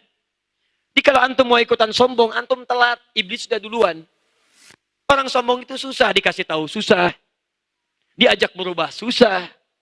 Awas hati-hati. Kalau antum diberikan nasihat, kemudian antum sulit menerima, antum coba ingat-ingat ya, ada yang lebih dahsyat dibandingkan dengan Anda. Namanya iblis. Dan dia tidak bisa menerima hidayah. Jadi jangan samakan atau bandingkan diri Anda yang sangat mulia dengan iblis yang sudah hina dalam pandangan Allah Subhanahu wa taala. Persoalannya, ketika kesombongan menutupi dirinya, lihat, asalnya balasa adalah bisa. Ini kan jin. Ketika tidak taat, lihat ada balasa, adalah bisa. Ini beda. Hurufnya sama. Hanya ada pertukaran. Kolbun namanya. Lihat, lam, ba, sin, ba, lam, sin. Kalau la bisa, itu artinya yang kotor ditutup oleh yang baik. Makanya pakaian disebut dengan libas. Libas. Ya, lihat. Kenapa? Karena ketika Anda menggunakan pakaian, yang kotor dalam tubuh kita yang tidak ingin kelihatan orang, Anda tutup. Maka kelihatan yang baik-baik. Jelas? Teman-teman, kalau Anda baik, kemudian balik kalimatnya, ba, lam, sin. Ini ditukar. Yang baik ditutup oleh yang kotor. Yang baik ditutup oleh yang kotor. Objek yang tertutup disebut dengan iblis. Kenapa iblis disebut dengan iblis? Karena asalnya kebaikan-kebaikan itu ditutup oleh kesombongannya sehingga tutup semua kebaikannya. Tinggal yang kotor-kotornya. Karena tertutup, nih lihat, ini gelas. Ini gelas. Tulisannya Akhyar TV. Masya Allah. Tutup. Buka. Kalau ini terbuka, bisa nggak saya masukin spidol? Cuman nggak ada kerjaan. Lihat sini. Spidol masuk, kertas masuk, gula masuk, kopi masuk. Sekarang pertanyaannya, kalau saya tutup begini, bisa nggak saya masukkan spidol? Bisa nggak saya masukkan kertas? Jangankan yang halus, yang keras pun susah. Demikian kalau seseorang sudah tertutup dengan keburukan-keburukan pada dirinya, maka hidayah Allah sulit menembus pada dirinya. Mau halus datang, susah. Mau yang keras datang, susah. Kadang-kadang masih ada yang bisa menengok dengan cara yang keras. Masih ada. Tapi kalau iblis susah karena ada kesombongan melekat pada dirinya. Jadi kalau antum sudah melekat dengan keras, maka teguran keras pun tidak akan bisa menengok ke atas juga. Ada seorang mandor ingin mengingatkan bawahannya di bawah. Dia di tingkat paling 7 di atas, tingkat 7. Di bawah dia panggil bawahannya. Hei, gak kedengaran. Dia jatuhkan uang 1.000. Begitu jatuh, dikira akan nengok ke atas. Ternyata cuma diambil lumayan. Nggak nengok, jatuhkan 100.000. Dikira nengok ke atas, malah senang. Wah, 100.000, masukkan lagi. Saking kesalnya, bawa batu kecil, dilempar dari atas. Tek, kena kepala helmnya. Begitu kena batu, baru nengok ke atas. Ada apa? Masya Allah. Kadang-kadang dalam hidup begitu. Antum dikasih uang, belum nengok juga kepada Allah. Dikasih mobil, belum nengok juga. Dikasih kedudukan, belum nengok juga. Dikasih sakit, baru. Ya Allah. Ya Allah. Gaji telat 2 bulan. Ya Allah. Ya Allah. Masya Allah. Uang belanja 3 bulan belum cair. Ya Allah. Hamba sudah tahajud. Sudah baca Quran. Sudah puasa. Kenapa masih sulit juga ya Allah? Kurang apa lagi? Kurang ingat. Kurang ingat. Tahajud baru 1 rakaat ya. Baca Quran 1 ayat. Itu pun alif lam mim. Puasa siang buka. Nuntut banyak. Ini. Nah, celakanya, ketika diturunkan dia, Adam diturunkan ke bumi, iblis dengan kesombongannya, dia nggak ngambil hidayah. Adam dahuluin saya, tobat. Saya nggak mau kalah sama dia. Dia malah mengajukan kepada Allah permintaan. Ya Allah, saya ingin deklarasikan, berikan, lihat cara menerjemahkannya, lihat tafsirnya. Berikan kesempatan pada saya untuk membuktikan saya lebih hebat dibanding Adam. Belum kelar juga. Belum move on dia. Belum move on. Masih ingin tampil juga. Ini IQ-nya lebih daripada 200 kolam. Ya. Tunjukkan, beri kesempatan pada saya. Membuktikan diri bahwa saya lebih hebat dibandingkan dengan Adam. Saya mau ikut turun ke bumi, saya akan goda semua anak cucu Adam. Bukan cuma Adamnya aja. Kalau kemarin cuma Adam, itu pun saya masih menang. Tapi engkau anggap saya masih di bawah Adam. Saya ingin buktikan, berikan saya kesempatan, saya ingin ikut turun ke bumi, saya goda semua anak cucu Adam. Gak akan tanggung-tanggung. Dari depan saya goda, belakang saya goda, kanan saya goda, kiri saya goda. Wala tajidu aktsarahum syakirin. Dan saya pastikan tidak akan banyak yang bisa bersyukur atas nikmat yang telah Engkau berikan. Maksudnya bersyukur tentang ibadah, bersyukur tentang kebaikan. Saya akan goda semuanya keluar dari rel ketuhanan itu. Fi sabilillah, keluar. Dia sudah berjanji. Nah, karena janji itulah kemudian Allah tegaskan, kalau kamu mampu silakan. Tapi saya pun akan bentengi anak cucu Adam dengan perisai-perisai yang tidak mudah kemudian engkau tembus dengan itu. Masalahnya nanti ada anak cucu Adam tidak pernah menggunakan perisainya atau sengaja mengundang iblis masuk dalam kehidupannya. Itu yang paling parah. Teman-teman maaf, ini tantangan pertama. Jadi antum mesti kenal ini. Kalau nggak tahu iblis, nggak tahu setan, bagaimana kita menghadapinya? Karena itulah kemudian Quran langsung mengatakan, ketika dia mengatakan saya akan goda, Quran membuat pernyataan di Quran surah kedua ayat 168. Ya ayyuhan nasu, nasai manusia. Kulu mimma fil ardi halalan thayyiba. Silakan cari makan di bumi itu yang halal dan baik. Wala tattabi'u khutuwati syaitan. Awas, jangan ikuti langkah-langkah setan. Innahu lakum aduwwum mubin. Sungguh setan itu bagi kalian musuh. Musuh, ingat, musuh yang nyata. Jadi kita punya musuh. Ketika antum akan berhijrah pun, antum akan berhadapan dengan musuh yang membuat Anda tidak mudah untuk kembali kepada ketentuan Allah. Allahu Akbar, Allahu Akbar. Jiwa kita mengatakan siap-siap, sudah azan. Siap-siap. Pernah ada getaran itu? Pernah. Begitu selesai azan, la ilaha illallah. Sisi lain mengatakan, tenang, baru azan, belum qomat. Pernah ada perasaan itu? Nah, itu baru azan. Begitu wudu, dibuat kita bingung wudunya. Saya batal nggak ya? Saya batal nggak ya? Pernah ada demikian? Tuh. Padahal baunya sudah tercium, masih tanya aja, batal nggak ya? Batal nggak ya? Masya Allah. Itu baru wudu. Masuk salat, masih begini, kata Nabi masih normal. Begitu takbir, Abu Daud nomor hadis 857. Allahu Akbar. Sambung, Abu Daud nomor hadis 866. Maaf, dia 666. Lihat kalimatnya. Fayaqulu udhkur kada, udhkur kada. Maka setan akan berkata di benaknya, ingat ini ya, ingat itu ya. Maka dia akan mulai mengingat apa yang tidak ingin dia ingat. Nggak percaya silahkan ya. Antum kalau belum takbir begini, antum akan normal situasinya. Tapi ketika Anda mulai bertakbir, Allahu Akbar, demi Allah saya katakan, Nabi tidak mungkin berdusta. Maka di kepala Anda akan mulai muncul ingatan. Nggak percaya silahkan. Anda tinggalkan motor. Begitu takbir sholat maghrib tadi, Allahu Akbar. Motor saya aman nggak ya? Silahkan cek. Bahkan keterangan saya ini pun, Anda malam bangun tahajud ya. Keterangan saya ini akan muncul malam nanti. Ingat kata Ustaz tadi ya, begitu takbir akan muncul setan menggoda. Itu setan. Setan. Betul. Belum selesai. Kata Nabi, hatta la yash'ural musalli kam raka'atan yusalli. Sampai ada orang sholat tidak sadar berapa rakaat sedang menunaikan salatnya. Tidak sadar. Setan. Jadi kalau Anda tidak pernah mengenal setan, Anda tidak akan pernah tahu bagaimana dia menggoda. Kalau tidak pernah tahu dia bagaimana dia menggoda Anda, bagaimana Anda bisa menghindarinya? Coba saya tanya, kenal setan nggak? Pertanyaan kedua, mau nggak kenal setan? Tidak. Lihat premisnya. Anda kalau nggak kenal setan, Anda tidak tahu bagaimana cara setan menggoda. Kalau tidak tahu cara setan menggoda, bagaimana bisa menghindarinya? Pertanyaannya, Anda kenal setan nggak? Tidak. Mau kenal setan nggak? Mau. Selama saya memberikan kajian seumur-umur, cuman di sini yang ada yang mau kenal setan. Coba ya terangkan. Aduh, luar biasa ya. Di sana Rasul, sini kenal setan. Wah, spesial lah malam ini ya. Kajian akhir tahun, ada yang kenal setan ya. Baik. Kita harus kenal bagaimana cara setan menggoda. Kenali jenisnya. Nanti mungkin kalau detailnya cukup panjang ya. Nggak cukup kajian kita. Sampai jam 12 pun tidak akan selesai. Nanti mungkin lain waktu kita buat sesi khusus. Ada 9 jenis setan. Yang diperkenalkan dalam riwayat. Yang penting kita ketahui cara dia menggoda. Setan sholat. Ada. Bahkan namanya disebutkan khanzab. Kalau dia ada di masjid. Antum ke masjid. Dia pun ada di masjid. Saya ingatkan ya. Bahkan ketika dia hadir di masjid. Tugasnya jadi 2. Selain menggoda orang sholat. Dia juga akan menggoda DKM masjid. Ingat baik-baik itu. Bukan cuma jemaah, DKM masjid. Sehingga antum jangan heran. Begitu masjid belum dibangun, semua ikut terlibat, senang. Tapi setelah jadi, bisa ribut itu. Dimanapun.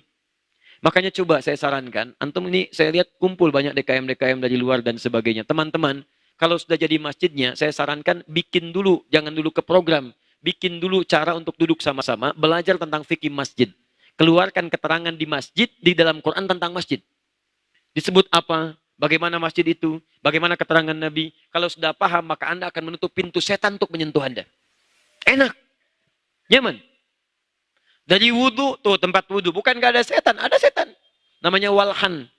Membuat Anda kebingungan apakah sudah selesai wudhunya atau belum. Sempurna atau tidak. Pulang dari sini ke rumah, ada lagi setan rumah. Disebut. Bahkan diisyaratkan di Quran. Fungsinya apa? Merusak kehidupan rumah tangga. Quran surah 2 ayat 102. Yufarriquna bihi bainal mar'i waz zawji. Setan-setan itu ada yang kerjaannya merusak kedamaian keharmonisan rumah tangga. Ada. Bahkan sebagian menyebutnya dengan dasim. Itu saya tunjukkan kitabnya. Saya ada kitabnya itu. Dasim namanya. Perempuannya dasimah. Ya, rumusnya kan begitu. Antum masuk toilet apa doanya? Allahumma inni a'udzubika minal khubuthi wal khaba'ith. Aku berlindung kepadamu ya Allah dari setan. Laki-laki dan setan. Perempuan, setannya siapa? Namanya dasim. Perempuannya? Kan tambah tak di ujungnya. Muslim perempuannya, mukmin perempuannya, soim perempuannya. Tuh kan. Lihat. Desim. Oh, makanya tidak mudah Pak, Bu. Silahkan cek di rumah. Kadang-kadang selalu ada masalah. Dan tidak sedikit masalah itu dibawa, dimunculkan oleh setan. Hati-hati. Anda harus kenali itu. Kalau sudah kenali, canda aja jadi nikmat. Canda nikmat. Saya kemarin dari mulai Lampung, terus ke Policinere di Bekasi, saya ceritakan. Antum pernah dengar seorang bernama Ibnu Khitan? Dikisahkan dalam kisah keteladanan orang-orang dulu, itu punya istri, istrinya cantik banget, luar biasa. Cantik. Cuman sayang Ibnu Khitannya, secara fisikal kemanusiaan, itu tidak terlampau ideal fisiknya. Di suaminya pendek, wajah biasa-biasa saja. Cuman istrinya cantik luar biasa. Di antum lihat istri antum pun sekarang, gak akan seperti itulah. Ya, jauh. Jadi, satu kali, ini keluarga harmonis, taat, soleh ini. Dan dia tahu dari mana setan masuk menggoda. Lihat ya, bagaimana suami istri bercanda, tapi candanya mengantarkan kepada akhirat. Suaminya menatap istri yang telah berdandan satu kali dengan tatapan yang luar biasa kagumnya, sampai diam. Gak bisa mengungkapkan kata-kata. Gini aja.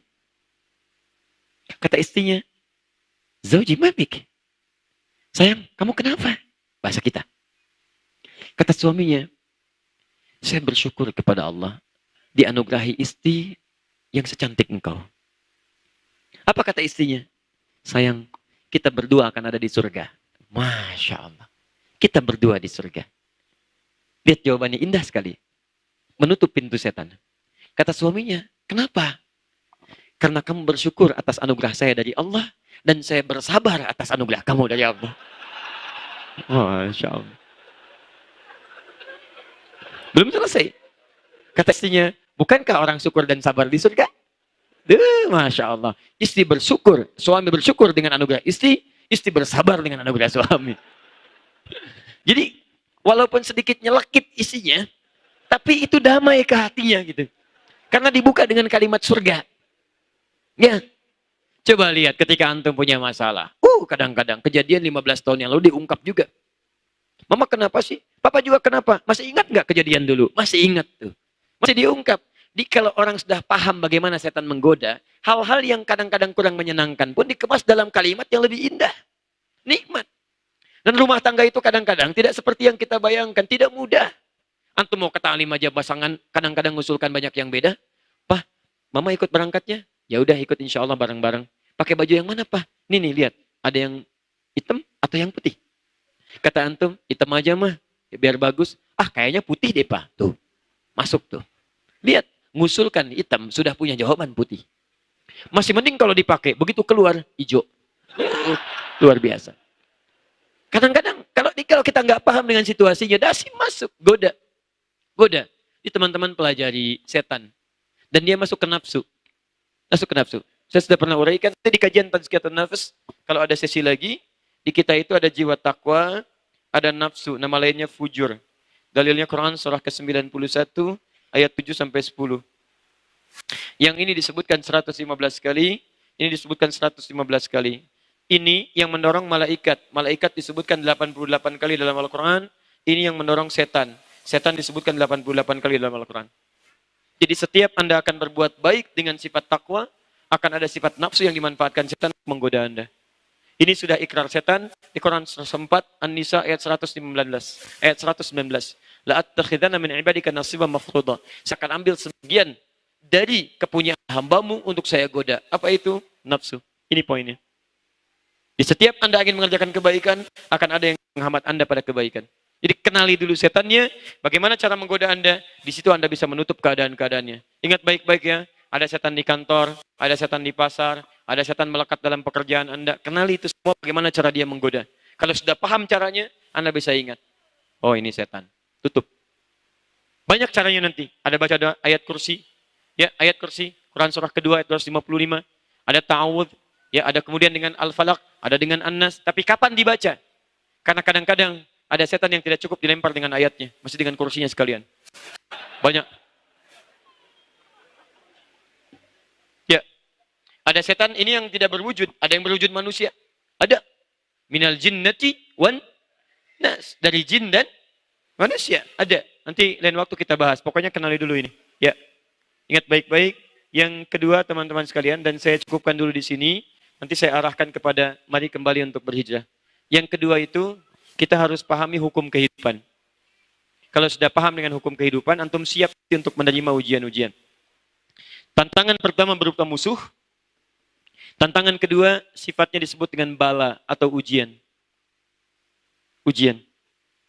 Yang sering antum lihat dengan masalah. Ini. Bedanya, kalau yang ini negatif, yang ini positif. Itu negatif, ini positif. Pelan-pelan ya. Kalau yang itu setan menyatakan musuh, kalau yang ini datangnya dari Allah untuk meningkatkan kualitas kehidupan kita. Jadi ketika Anda akan mulai berhijrah, pertama kali mendekat kepada Allah, ingat baik-baik ya, Anda akan diberikan ujian oleh Allah. Jadi kalau Allah sayang pada seorang hamba, yang diberikan pertama kali musibah, ujian. Untuk menguji keseriusan seorang hamba, sekaligus meningkatkan kualitas kebaikannya di hadapan Allah Subhanahu wa Ta'ala. Teman-teman, maaf ya, maaf. Anda kan pernah sekolah SD, kalau nggak ada ujian, kan tidak diketahui bagaimana tingkat kelulusannya untuk naik ke SMP. Kalau di SMP nggak ada ujian, bagaimana bisa naik ke SMA? Kalau di SMA nggak ada ujian, bagaimana diketahui kualitas keilmuannya? Kehidupan juga begitu. Kalau Anda tidak diuji oleh Allah Subhanahu wa Ta'ala, tidak akan diketahui kesungguhan Anda untuk berubah. Nggak serius. Dan yang lebih gawat lagi, tidak diketahui level peningkatan kebaikan Anda. Jadi kalau Anda ingin tahu level kebaikan Anda meningkat atau tidak di hadapan Allah, Anda bisa ukur dengan ujian. Nah, yang jadi persoalan, maaf. Sebagian dari kita itu tidak pernah mempelajari tentang ujian. Dipengennya yang baik-baik aja. Yang kurang baiknya nggak pernah kita pelajari. Sehingga ketika Anda berhadapan dengan ujian, Anda tidak siap menjalaninya. Anda selalu ingin mencari jalan yang mulus saja. Tidak pernah mencari jalan alternatif yang mungkin agak berkelok. Mungkin ada rintangan di situ.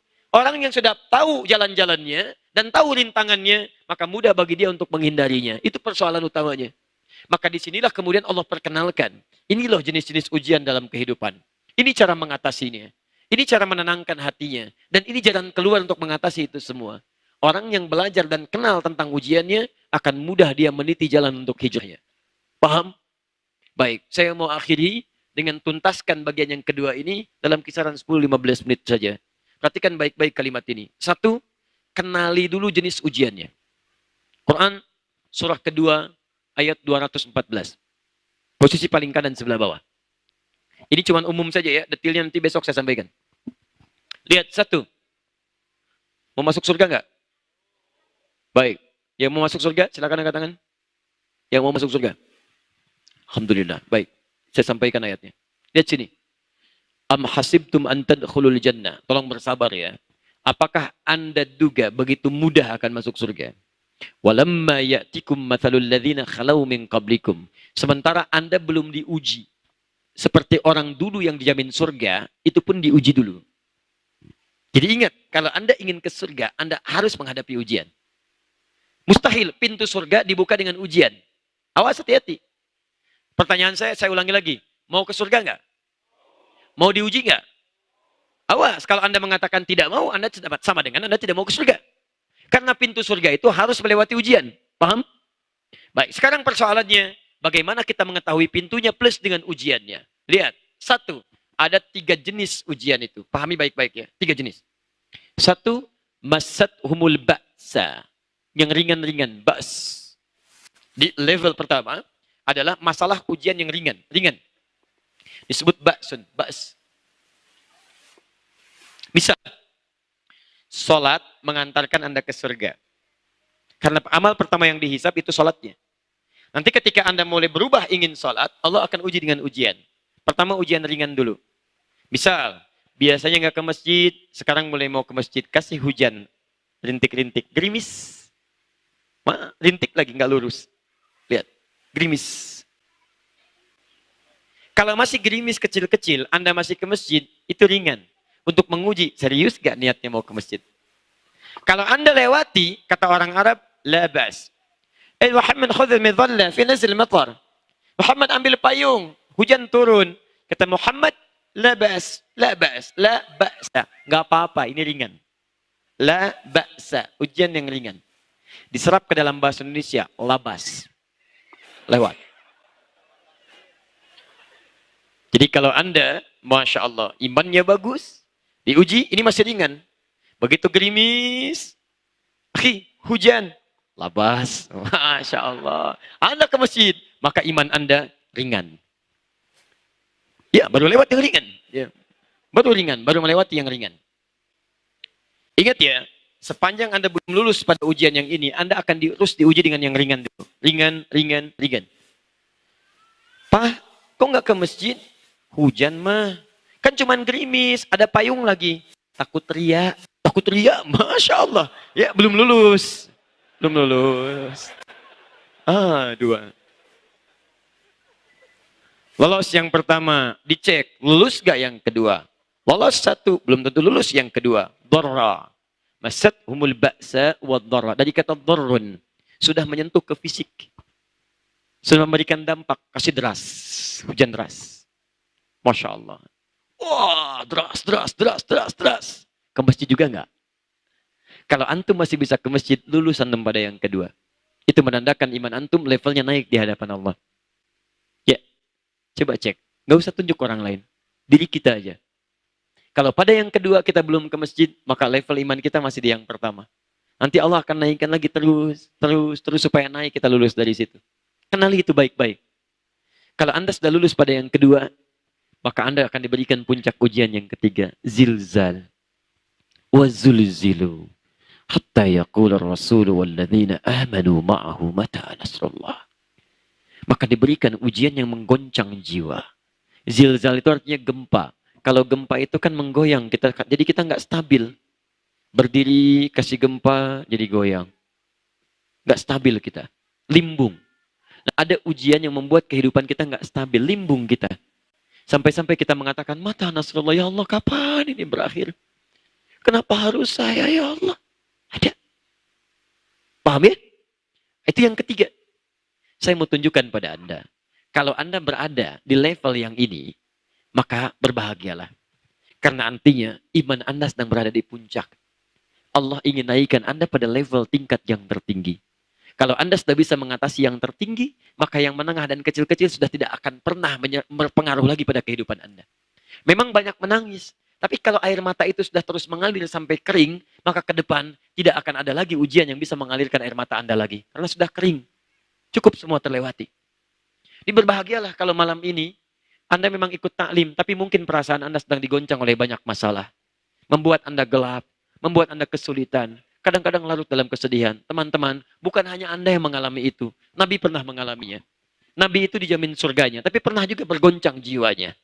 Ya, sahabat juga demikian. Bahkan lebih dahsyat dibandingkan dengan Anda. Tapi berita baiknya, kalau Anda berada di level yang ini, yakinkan pada diri Anda bahwa Anda itu sedang akan diangkat oleh Allah pada tingkat iman yang paling tinggi. Maka berbahagialah teman-teman sekalian, Anda berada level di atasnya. Demikianlah sesuai dengan niat berhijrah Anda. Kalau niat hijrah Anda pelan-pelan, ujiannya akan pelan-pelan. Kalau niat hijrah Anda setengah-setengah, ujiannya akan menengah. Tapi kalau Anda ingin total berubah, maka Anda akan diuji oleh Allah dengan tingkat yang ketiga. Ini tidak mudah. Anda terlibat dalam riba, tiba-tiba ingin meninggalkan riba. Wah, seketika Anda kehilangan banyak hal. Kemudian gaya hidup mulai diuji. Ingat baik-baik, kan saya selalu terangkan dalam hukum fisika. Bab ini akan bersinggungan dengan bab gaya. F1 sama dengan F2. Niat berhijrahnya sedikit, maka F2-nya pun sedikit. Gaya gerak sama dengan gaya dorong. Ringan, bunyi ringan. Keras, bunyinya keras. Apa yang masuk, itu yang keluar. Niatnya menengah, keluar menengah. Tapi ingat betul baik-baik hukum Pascalnya. Bahwa F berbanding lurus dengan P. Gaya berbanding lurus dengan tekanan. Jadi kalau Anda ingin bergaya dengan hijrah, Anda akan menghadapi tantangan-tantangan dan tekanan-tekanan dalam kehidupan. Sama, orang baik dapat tekanan, orang buruk pun dapat tekanan. Bukankah orang semakin banyak gaya semakin tertekan juga? Jadi kalau Anda bisa bergaya dalam kebaikan, kenapa Anda gaya dalam hal keburukan? Kalau Anda ingin percepat itu semua, bikin sigma F-nya. Sigma F sama dengan M dikali A. Masa kali percepatan. M-nya Anda punya modal. Modal masa wal as. Anda masih punya waktu. Yang lain sudah meninggal. Coba lihat. Banyak di antara mereka yang ingin kembali. Fa'asaddaqa wa akum minas salihin. Quran surah 63 ayat 9-10 itu. Ya Allah, beri masa lagi ya Allah. Beri masa lagi ya Allah. Beri masa, saya ingin kembali. Walaupun sekejap, saya ingin gunakan untuk beramal soleh. Anda masih punya waktu. Jangan tunggu besok, karena besok itu belum tentu hidup kita. Jadi kalau sadar diberikan kesempatan, cepat berubah. Cepat. Kalau perlu akselerasikan, kali percepatan. Bukankah Abu Hurairah dulu mengakselerasikan diri? Saya masuk Islam 3 tahun sebelum Nabi meninggal. Abu Bakar sudah duluan, Umar sudah duluan, Uthman sudah duluan. Radhiyallahu ta'ala anhum jami'an. Saya ketinggalan. Karena saya ketinggalan, saya mesti nyusul. Dia cara berpikirnya. Saya mesti nyusul mereka. Mereka nunggu Nabi di majlis ta'lim, saya nunggu Nabi di depan rumahnya. Jadi begitu Nabi keluar, saya lihat bagaimana keluarnya. Cara jalannya, cara senyumnya, cara nengoknya, cara macam-macamnya. Karena itu Abu Hurairah hanya tinggal 3 tahun dengan Nabi, tapi meriwayatkan hadis sampai 7.000 hadis. Didoakan oleh Nabi. Banyak perubahan dalam kehidupannya. Jangankan pada manusia, pada anak kucing pun sampai sayang. Sehingga disebut dengan Abu Hurairah, bapaknya anak kucing kecil. Di seorang sahabat mau berubah, mau hijrah. Sahabat teman-teman, dekat dengan Nabi, ahli surga, dekat dengan Allah, masih mau berubah jadi lebih baik. Antum sampai malam ini bukan sahabat. Sampai malam ini. Tidak ada satu ayat Quran pun turun memuji antum. Dan menjamin antum masuk surga. Hisab masih menegangkan. Dan dalam keadaan demikian, antum masih belum mau berubah. Antum perlu jadi apa lagi? Sudah, kita harus berubah jadi lebih baik. Jelas ya? Nah ini jadi teman-teman, ini bagian yang pertama. Saya ingin mengajak pada kita semua. Setiap orang berubah pasti akan menghadapi tantangan. Jadi semakin niat Anda berubah total, tantangannya tingkat paling tinggi. Semakin setengah-setengah, yang menengah. Kalau kecil-kecil, ujiannya ringan. Nah bagaimana cara mengatasi itu ujian itu semua? Ini baru penjabaran. Maka rumusnya nanti, ini terlampau panjang, saya beri bocoran saja. Ya, Quran surah ke-3 ayat 142. Lihat keunikan Quran, perhatikan sini. Ujiannya, Quran surah 2 ayatnya 214. Lihat baik-baik ya, 214. 212 tambah 2, ya, 214. Lihat, 214. Ketika Allah ingin angkat ujiannya, perhatikan. Lihat baik-baik. Dipindahkan solusinya ke Quran surah 3. 2 naik ke 3. Ini duanya dipindahkan ke belakang. Ketika sudah diangkat, pindahkan ke belakang. Jadi 142. Bunyi ayatnya awalnya sama. Tapi yang pertama, gambaran masalahnya, yang ini solusinya. Yang ini am hasibtum an tadkhulul jannah, yang ini am hasibtum tadkhulul jannah. Yang ini letaknya di bawah, yang ini letaknya di atas. Kalau Anda sudah bisa mengatasi tantangan turunkan ke bawah, maka Anda naik ke atas. Katakan Allah Subhanahu wa taala, am hasibtum an tadkhulul jannata wa lamma ya'lamillahu alladhina jahadu minkum wa ya'lamas sabirin. Ya. Jadi ayo jihad. Apa itu jihad? Dari kata al-juhdu, serius. Apa itu serius? Dibagi 3. Kesungguhan merencanakan disebut ijtihad. Kedua, kesungguhan dalam mengimplementasikan apa yang kita rencanakan disebut dengan jihad. Ketiga disebut mujahadah. Mujahadah, berusaha memerangi gejolak-gejolak jiwa ketika kita mengimplementasikan rencana-rencana kita. Besok saya mau subuhan di Grand Sharon mujahadah. Tiba-tiba mau berangkat, hujan turun. Aduh, hujan, atasi. Saya harus berangkat, saya harus berangkat, saya harus berangkat. Datang malas, lawan. Saya lawan, saya lawan, saya lawan. Paham? 3 hal itu. Dan sabar dalam menjalaninya. Sabar dalam menjalani. Ini secara cepat saja. Turunannya nanti kita bahas di sesi besok subuh dan malamnya. Karena ada kaitan dengan ini semua. Ya, bahkan masjidnya sama, mujahadah. Ya. Teman-teman, ini kalau sudah lewat yang terakhir, saya tutup yang terakhir. Ini supaya meringankan kita saat berhadapan dengan ujian. Dan ini kalimat terakhir yang saya sampaikan. Quran surah kedua ayat 286. Ditambah Quran surah kedua ayat 155. Lihat baik-baik ya. Jadi kalau antum sedang dapat ujian, selain berencana mengatasinya, juga Anda mesti punya konsep ini. Supaya tenang. Tenang. Lihat baik-baik. 1. Quran surah 2 ayat 155. Posisi paling kiri sebelah atas. وَلَنَبْلُوَنَّكُمْ بِالشَّيْءِ. Dan setiap orang hidup kami akan uji dengan berbagai persoalan untuk meningkatkan kualitas hidupnya. Jadi ujian itu diturunkan bukan ingin membuat kita bermasalah, tapi meningkatkan kualitas kehidupan. Paham? Sekarang lihat baik-baik. Lihat rumusnya. Setiap orang hidup akan diuji. Jadi hidup itu berbanding lurus dengan ujian. Masalah. Problem. Hidup berbanding lurus dengan masalah. Artinya, sepanjang antum hidup, pasti antum akan berhadapan dengan masalah. Sudah? Jadi ketika Anda sedang punya masalah, berarti Anda normal, hidupnya normal. Normal. Karena kata Quran, setiap orang hidup akan diuji dengan masalah untuk meningkatkan kualitas kehidupannya. Kalau kehidupan selesai, masalah pun akan selesai. Jadi kalau ada seseorang kemudian tidak ingin punya masalah, itu artinya dia tidak ingin hidup. Jelas? Pertanyaan saya, antum ingin punya masalah atau tidak ingin punya masalah? Ah, yang ingin punya masalah, boleh angkat tangan. Yang tidak ingin punya masalah, boleh angkat tangan. Jadi saya sudah nerangkan 2,5 jam, antum maunya apa? Tanya ini, wallahu a'lam. Tanya itu, wallahu a'lam. Siapa Rasul? Saya. Luar biasa hidup ini. Hebat. Kenal setan? Kenal. Apa maunya sebetulnya? Aduh, semakin malam semakin agak bingung saya. Lihat, antum gak bisa milih. Memang saya tahu pengennya hidup, tapi gak punya masalah. Tapi gak bisa teman-teman. Begitu Anda ingin punya masalah, takut tidak selesai. Begitu tidak ingin punya masalah, takut tidak hidup. Kan? Persoalannya adalah, persoalannya jawaban Anda menunjukkan pemahaman Anda, bagaimana kita menghadapi kehidupan. Jadi kalau Anda tidak siap dengan masalah, bagaimana mengatasinya? Gak ada masalah. Siapa yang ingin punya masalah? Saya. Sudah, angkat tangannya. Saya. Justru dengan masalah itu kehidupan kita meningkat. Dengan ujian itu prestasi kita meningkat. Dengan masalah itu pahala datang. Kalau antum gak pernah diuji, kapan dapat pahalanya? Lihat, sabar itu ada ketika ada marah. Kalau nggak ada marah, nggak akan ketahuan sabar. Nggak akan mungkin ujuk-ujuk mengatakan pada teman, nggak ada peristiwa, nggak ada hujan, nggak ada angin, nggak ada kilat. Sabar ya, sabar. Sabar kenapa? Anda pun akan bingung. Kenapa saya disuruh sabar? Sabar, sabar. Kenapa? Sabar. Jujur itu nggak ada kalau nggak diciptakan bohong, dusta. Maaf, tawadu itu tidak akan muncul kalau tidak ada sombong. Di masalah itu dibuat supaya Anda dapat pahala. Kehidupan Anda meningkat, kualitas Anda pun meningkat. Sekali lagi, siapa yang ingin punya masalah? Begitu. Ya sudah, banyak persoalan malam ini. Sudah. Nah, 2, ini penutupnya. Kalau antum sedang punya masalah, lihat rumus Qurannya.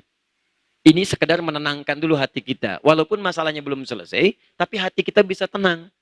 Jadi kalau antum merasa masih manusia, ketika ada masalah, antum merasa, oh, berarti saya masih hidup.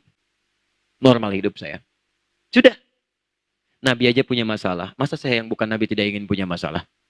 Rasul aja diuji. Masa saya bukan Rasul, saya nggak mau diuji? Nah, cara menenangkannya, lihat.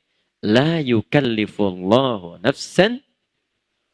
La yukallifullahu nafsan illa wus'aha. Kedua, katakan pada diri Anda. Allah tidak mungkin menguji hambanya di luar batas kemampuannya. Bahasa kerennya, saya pasti bisa. Saya pasti bisa. Itu. Dipakai oleh orang Jepang sekarang. Jadi kalau mengerjakan sesuatu, lihat tuh sampai di benteng Takeshi ada tuh. Kamu bisa, kamu bisa, kamu bisa. Coba cek itu. Kalau tidak salah ada ya. Ya saya nggak suka nonton yang begitu itu. Tapi saya pernah lihat kalimat itu. Kamu bisa, kamu bisa, kamu bisa katanya. Ada itu. Ya, silahkan cek teman-teman sekalian. Jadi begitu Anda keluarkan, ya kalimat-kalimat itu bisa menenangkan diri kita. Jadi begitu ada kalimat, ada ujian, ini nggak mungkin, nggak bisa saya selesaikan. Saya pasti bisa, insya Allah. Insya Allah. Lihat turunannya ya. Ingat baik-baik, Allah tidak akan menguji Anda kalau Anda nggak sanggup. Jadi kalau Anda malam ini punya masalah seberat apapun, itu tandanya, maaf teman-teman, cuman Anda yang sanggup, yang lain tidak sanggup. Makanya Allah percaya pada Anda. Anda pun harus yakin. Kalau Anda tidak sanggup, Allah nggak akan titipkan kepada Anda. Cuman Anda yang bisa, yang lain tidak. Cuman Anda yang bisa. Jadi jangan mengeluh. Kalau ada ayat tentang keluhan, saya pertama kali orang yang akan mengeluh.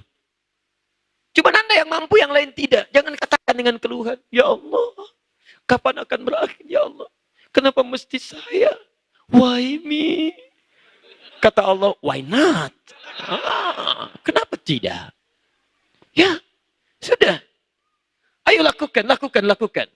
Bisa, bisa, bisa. Dan jangan terlampau lebay, langsung bikin status. Memang saya yang sanggup, yang lain tidak. Update. Orang bisa itu. Sudah ya? Alhamdulillah. Kalau sudah begitu, semua ringan. Maka ditutuplah dengan rumus Quran. Inna ma'al usri yusra. Setiap ada kesulitan, ada kemudahan. Bahasa cepatnya, ringannya gini, pasti selesai. Pasti selesai. Gitu aja. Kalau ada ujian, pasti selesai. Kalau ada ujian, pasti selesai. Saya bisa, saya bisa. Jadi ketika Anda akan ke masjid, teman-teman misalnya, ada yang mulai mengolok-olok, itu ujian. Soleh, Masya Allah. Padahal nama Anda Asep misalnya, kan? Baik, sampaikan. Alhamdulillah, ke masjid yuk. Ih, makin soleh, mas. Soleh banget. Bukan Asep. Lewat lagi. Oh, si Asep soleh. Wah, lewat, berangkat. Gak apa-apa. Saya bisa, saya bisa, saya bisa. Ada celaan, insya Allah selesai. Insya Allah selesai. Nanti kalau Anda sudah semakin nikmat, akan ada satu situasi yang gak bisa dibeli oleh apapun. Dulu, ketinggalan sholat fardu masih biasa. Sekarang, ketinggalan sholat sunnah, Anda bisa gelisah. Subuh 4.30, Anda bangun 4.25. Subuhnya belum boleh, tapi Anda bisa menangis. Astagfirullah ya. Astagfirullah. Kenapa, Pak? Papa ketinggalan tahajud. Masya Allah, mudah-mudahan besok bisa kita bangun sama-sama, Pak ya. Insya Allah. Enak gitu. Apalagi kalau sudah di rumah, suami jadi imam, istri jadi makmum, tahajud sama-sama. Tiba-tiba anak mendengar, anak menyusul. Setelah itu berdoa, suami berdoa, istri anak-anak mengaminkan. Lalu semua beristighfar kepada Allah. Ya Allah, ampuni kami ya Allah. Kami belum layak masuk surga ya Allah. Kami bertobat ya Allah. Ya Allah, ampuni kami ya Allah. Terima tobat kami ya Allah. Ya Allah, mudahkan langkah kami pada kebaikan ya Allah. Halalkan rezeki kami ya Allah. Kami ingin berubah. Kalau hari ini terakhir bagi kami hidup, mohon ya Allah. Jadikan husnul khatimah. Minta, minta. Itu enak. Kalau nggak percaya, coba malam ini. Anda bangun malam, Anda pasang alarm, minta kepada Allah. Coba. Kadang-kadang Anda merasa nikmat tidur, tapi ada yang lebih nikmat ketika Anda bisa bertobat di hadapan Allah Subhanahu wa Ta'ala. Saya sarankan ayo berhijrah, dekati Allah dengan kebaikan, dan ada caranya untuk berhijrah yang lebih baik, yaitu sesuai dengan tuntunan Rasulullah SAW. Maka besok di Masjid Al-Mujahadah, Ahad subuh, kita akan belajar tentang As-Sunnah An-Nabawiyah, tuntunan Nabi SAW dalam menjalani kehidupan. Sebaik-baiknya orang hijrah adalah ketika dia mau kembali pada tuntunan Allah dan Rasulnya. Kalau saat antum berubah kemudian antum wafat, berita baik bagi antum. Teruskan surah An-Nisa ayat 100 itu. Wa may yakhruj min baitihi muhajiran ila Allah wa rasuli thumma yudrikul maut faqad waqa'a ajruhu 'ala Allah. Kalau ada orang mau berhijrah dan berubah, kemudian dia baru berniat, berusaha, lantas maut datang menjemputnya, saya berikan kabar baik kata Allah. Niatnya saya terima, ikhtiarnya saya terima, dan telah saya catat pahalanya untuk mengantarkan dia ke surga. Teman-teman, lihat baik-baik. Ikhtiarnya Hajar, pasangannya Muhajar. Hajar, pasangannya hijrah.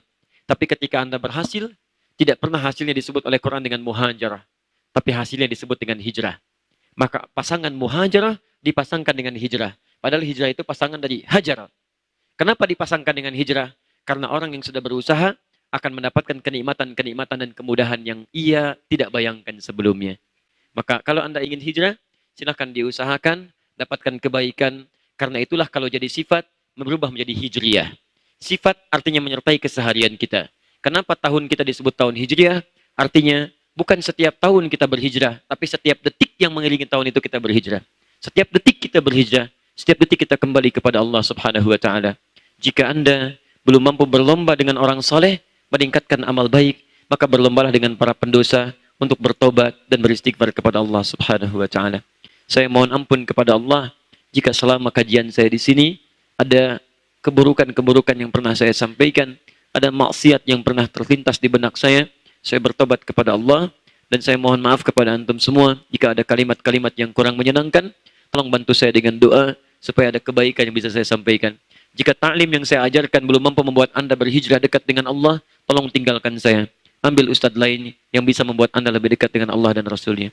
Subhanakallahumma wa bihamdika, asyhadu an la ilaha illa anta astaghfiruka wa atubu ilaik, wa akhiru da'wana alhamdulillahi rabbil alamin. Wal 'afu minkum. Assalamualaikum warahmatullahi wabarakatuh.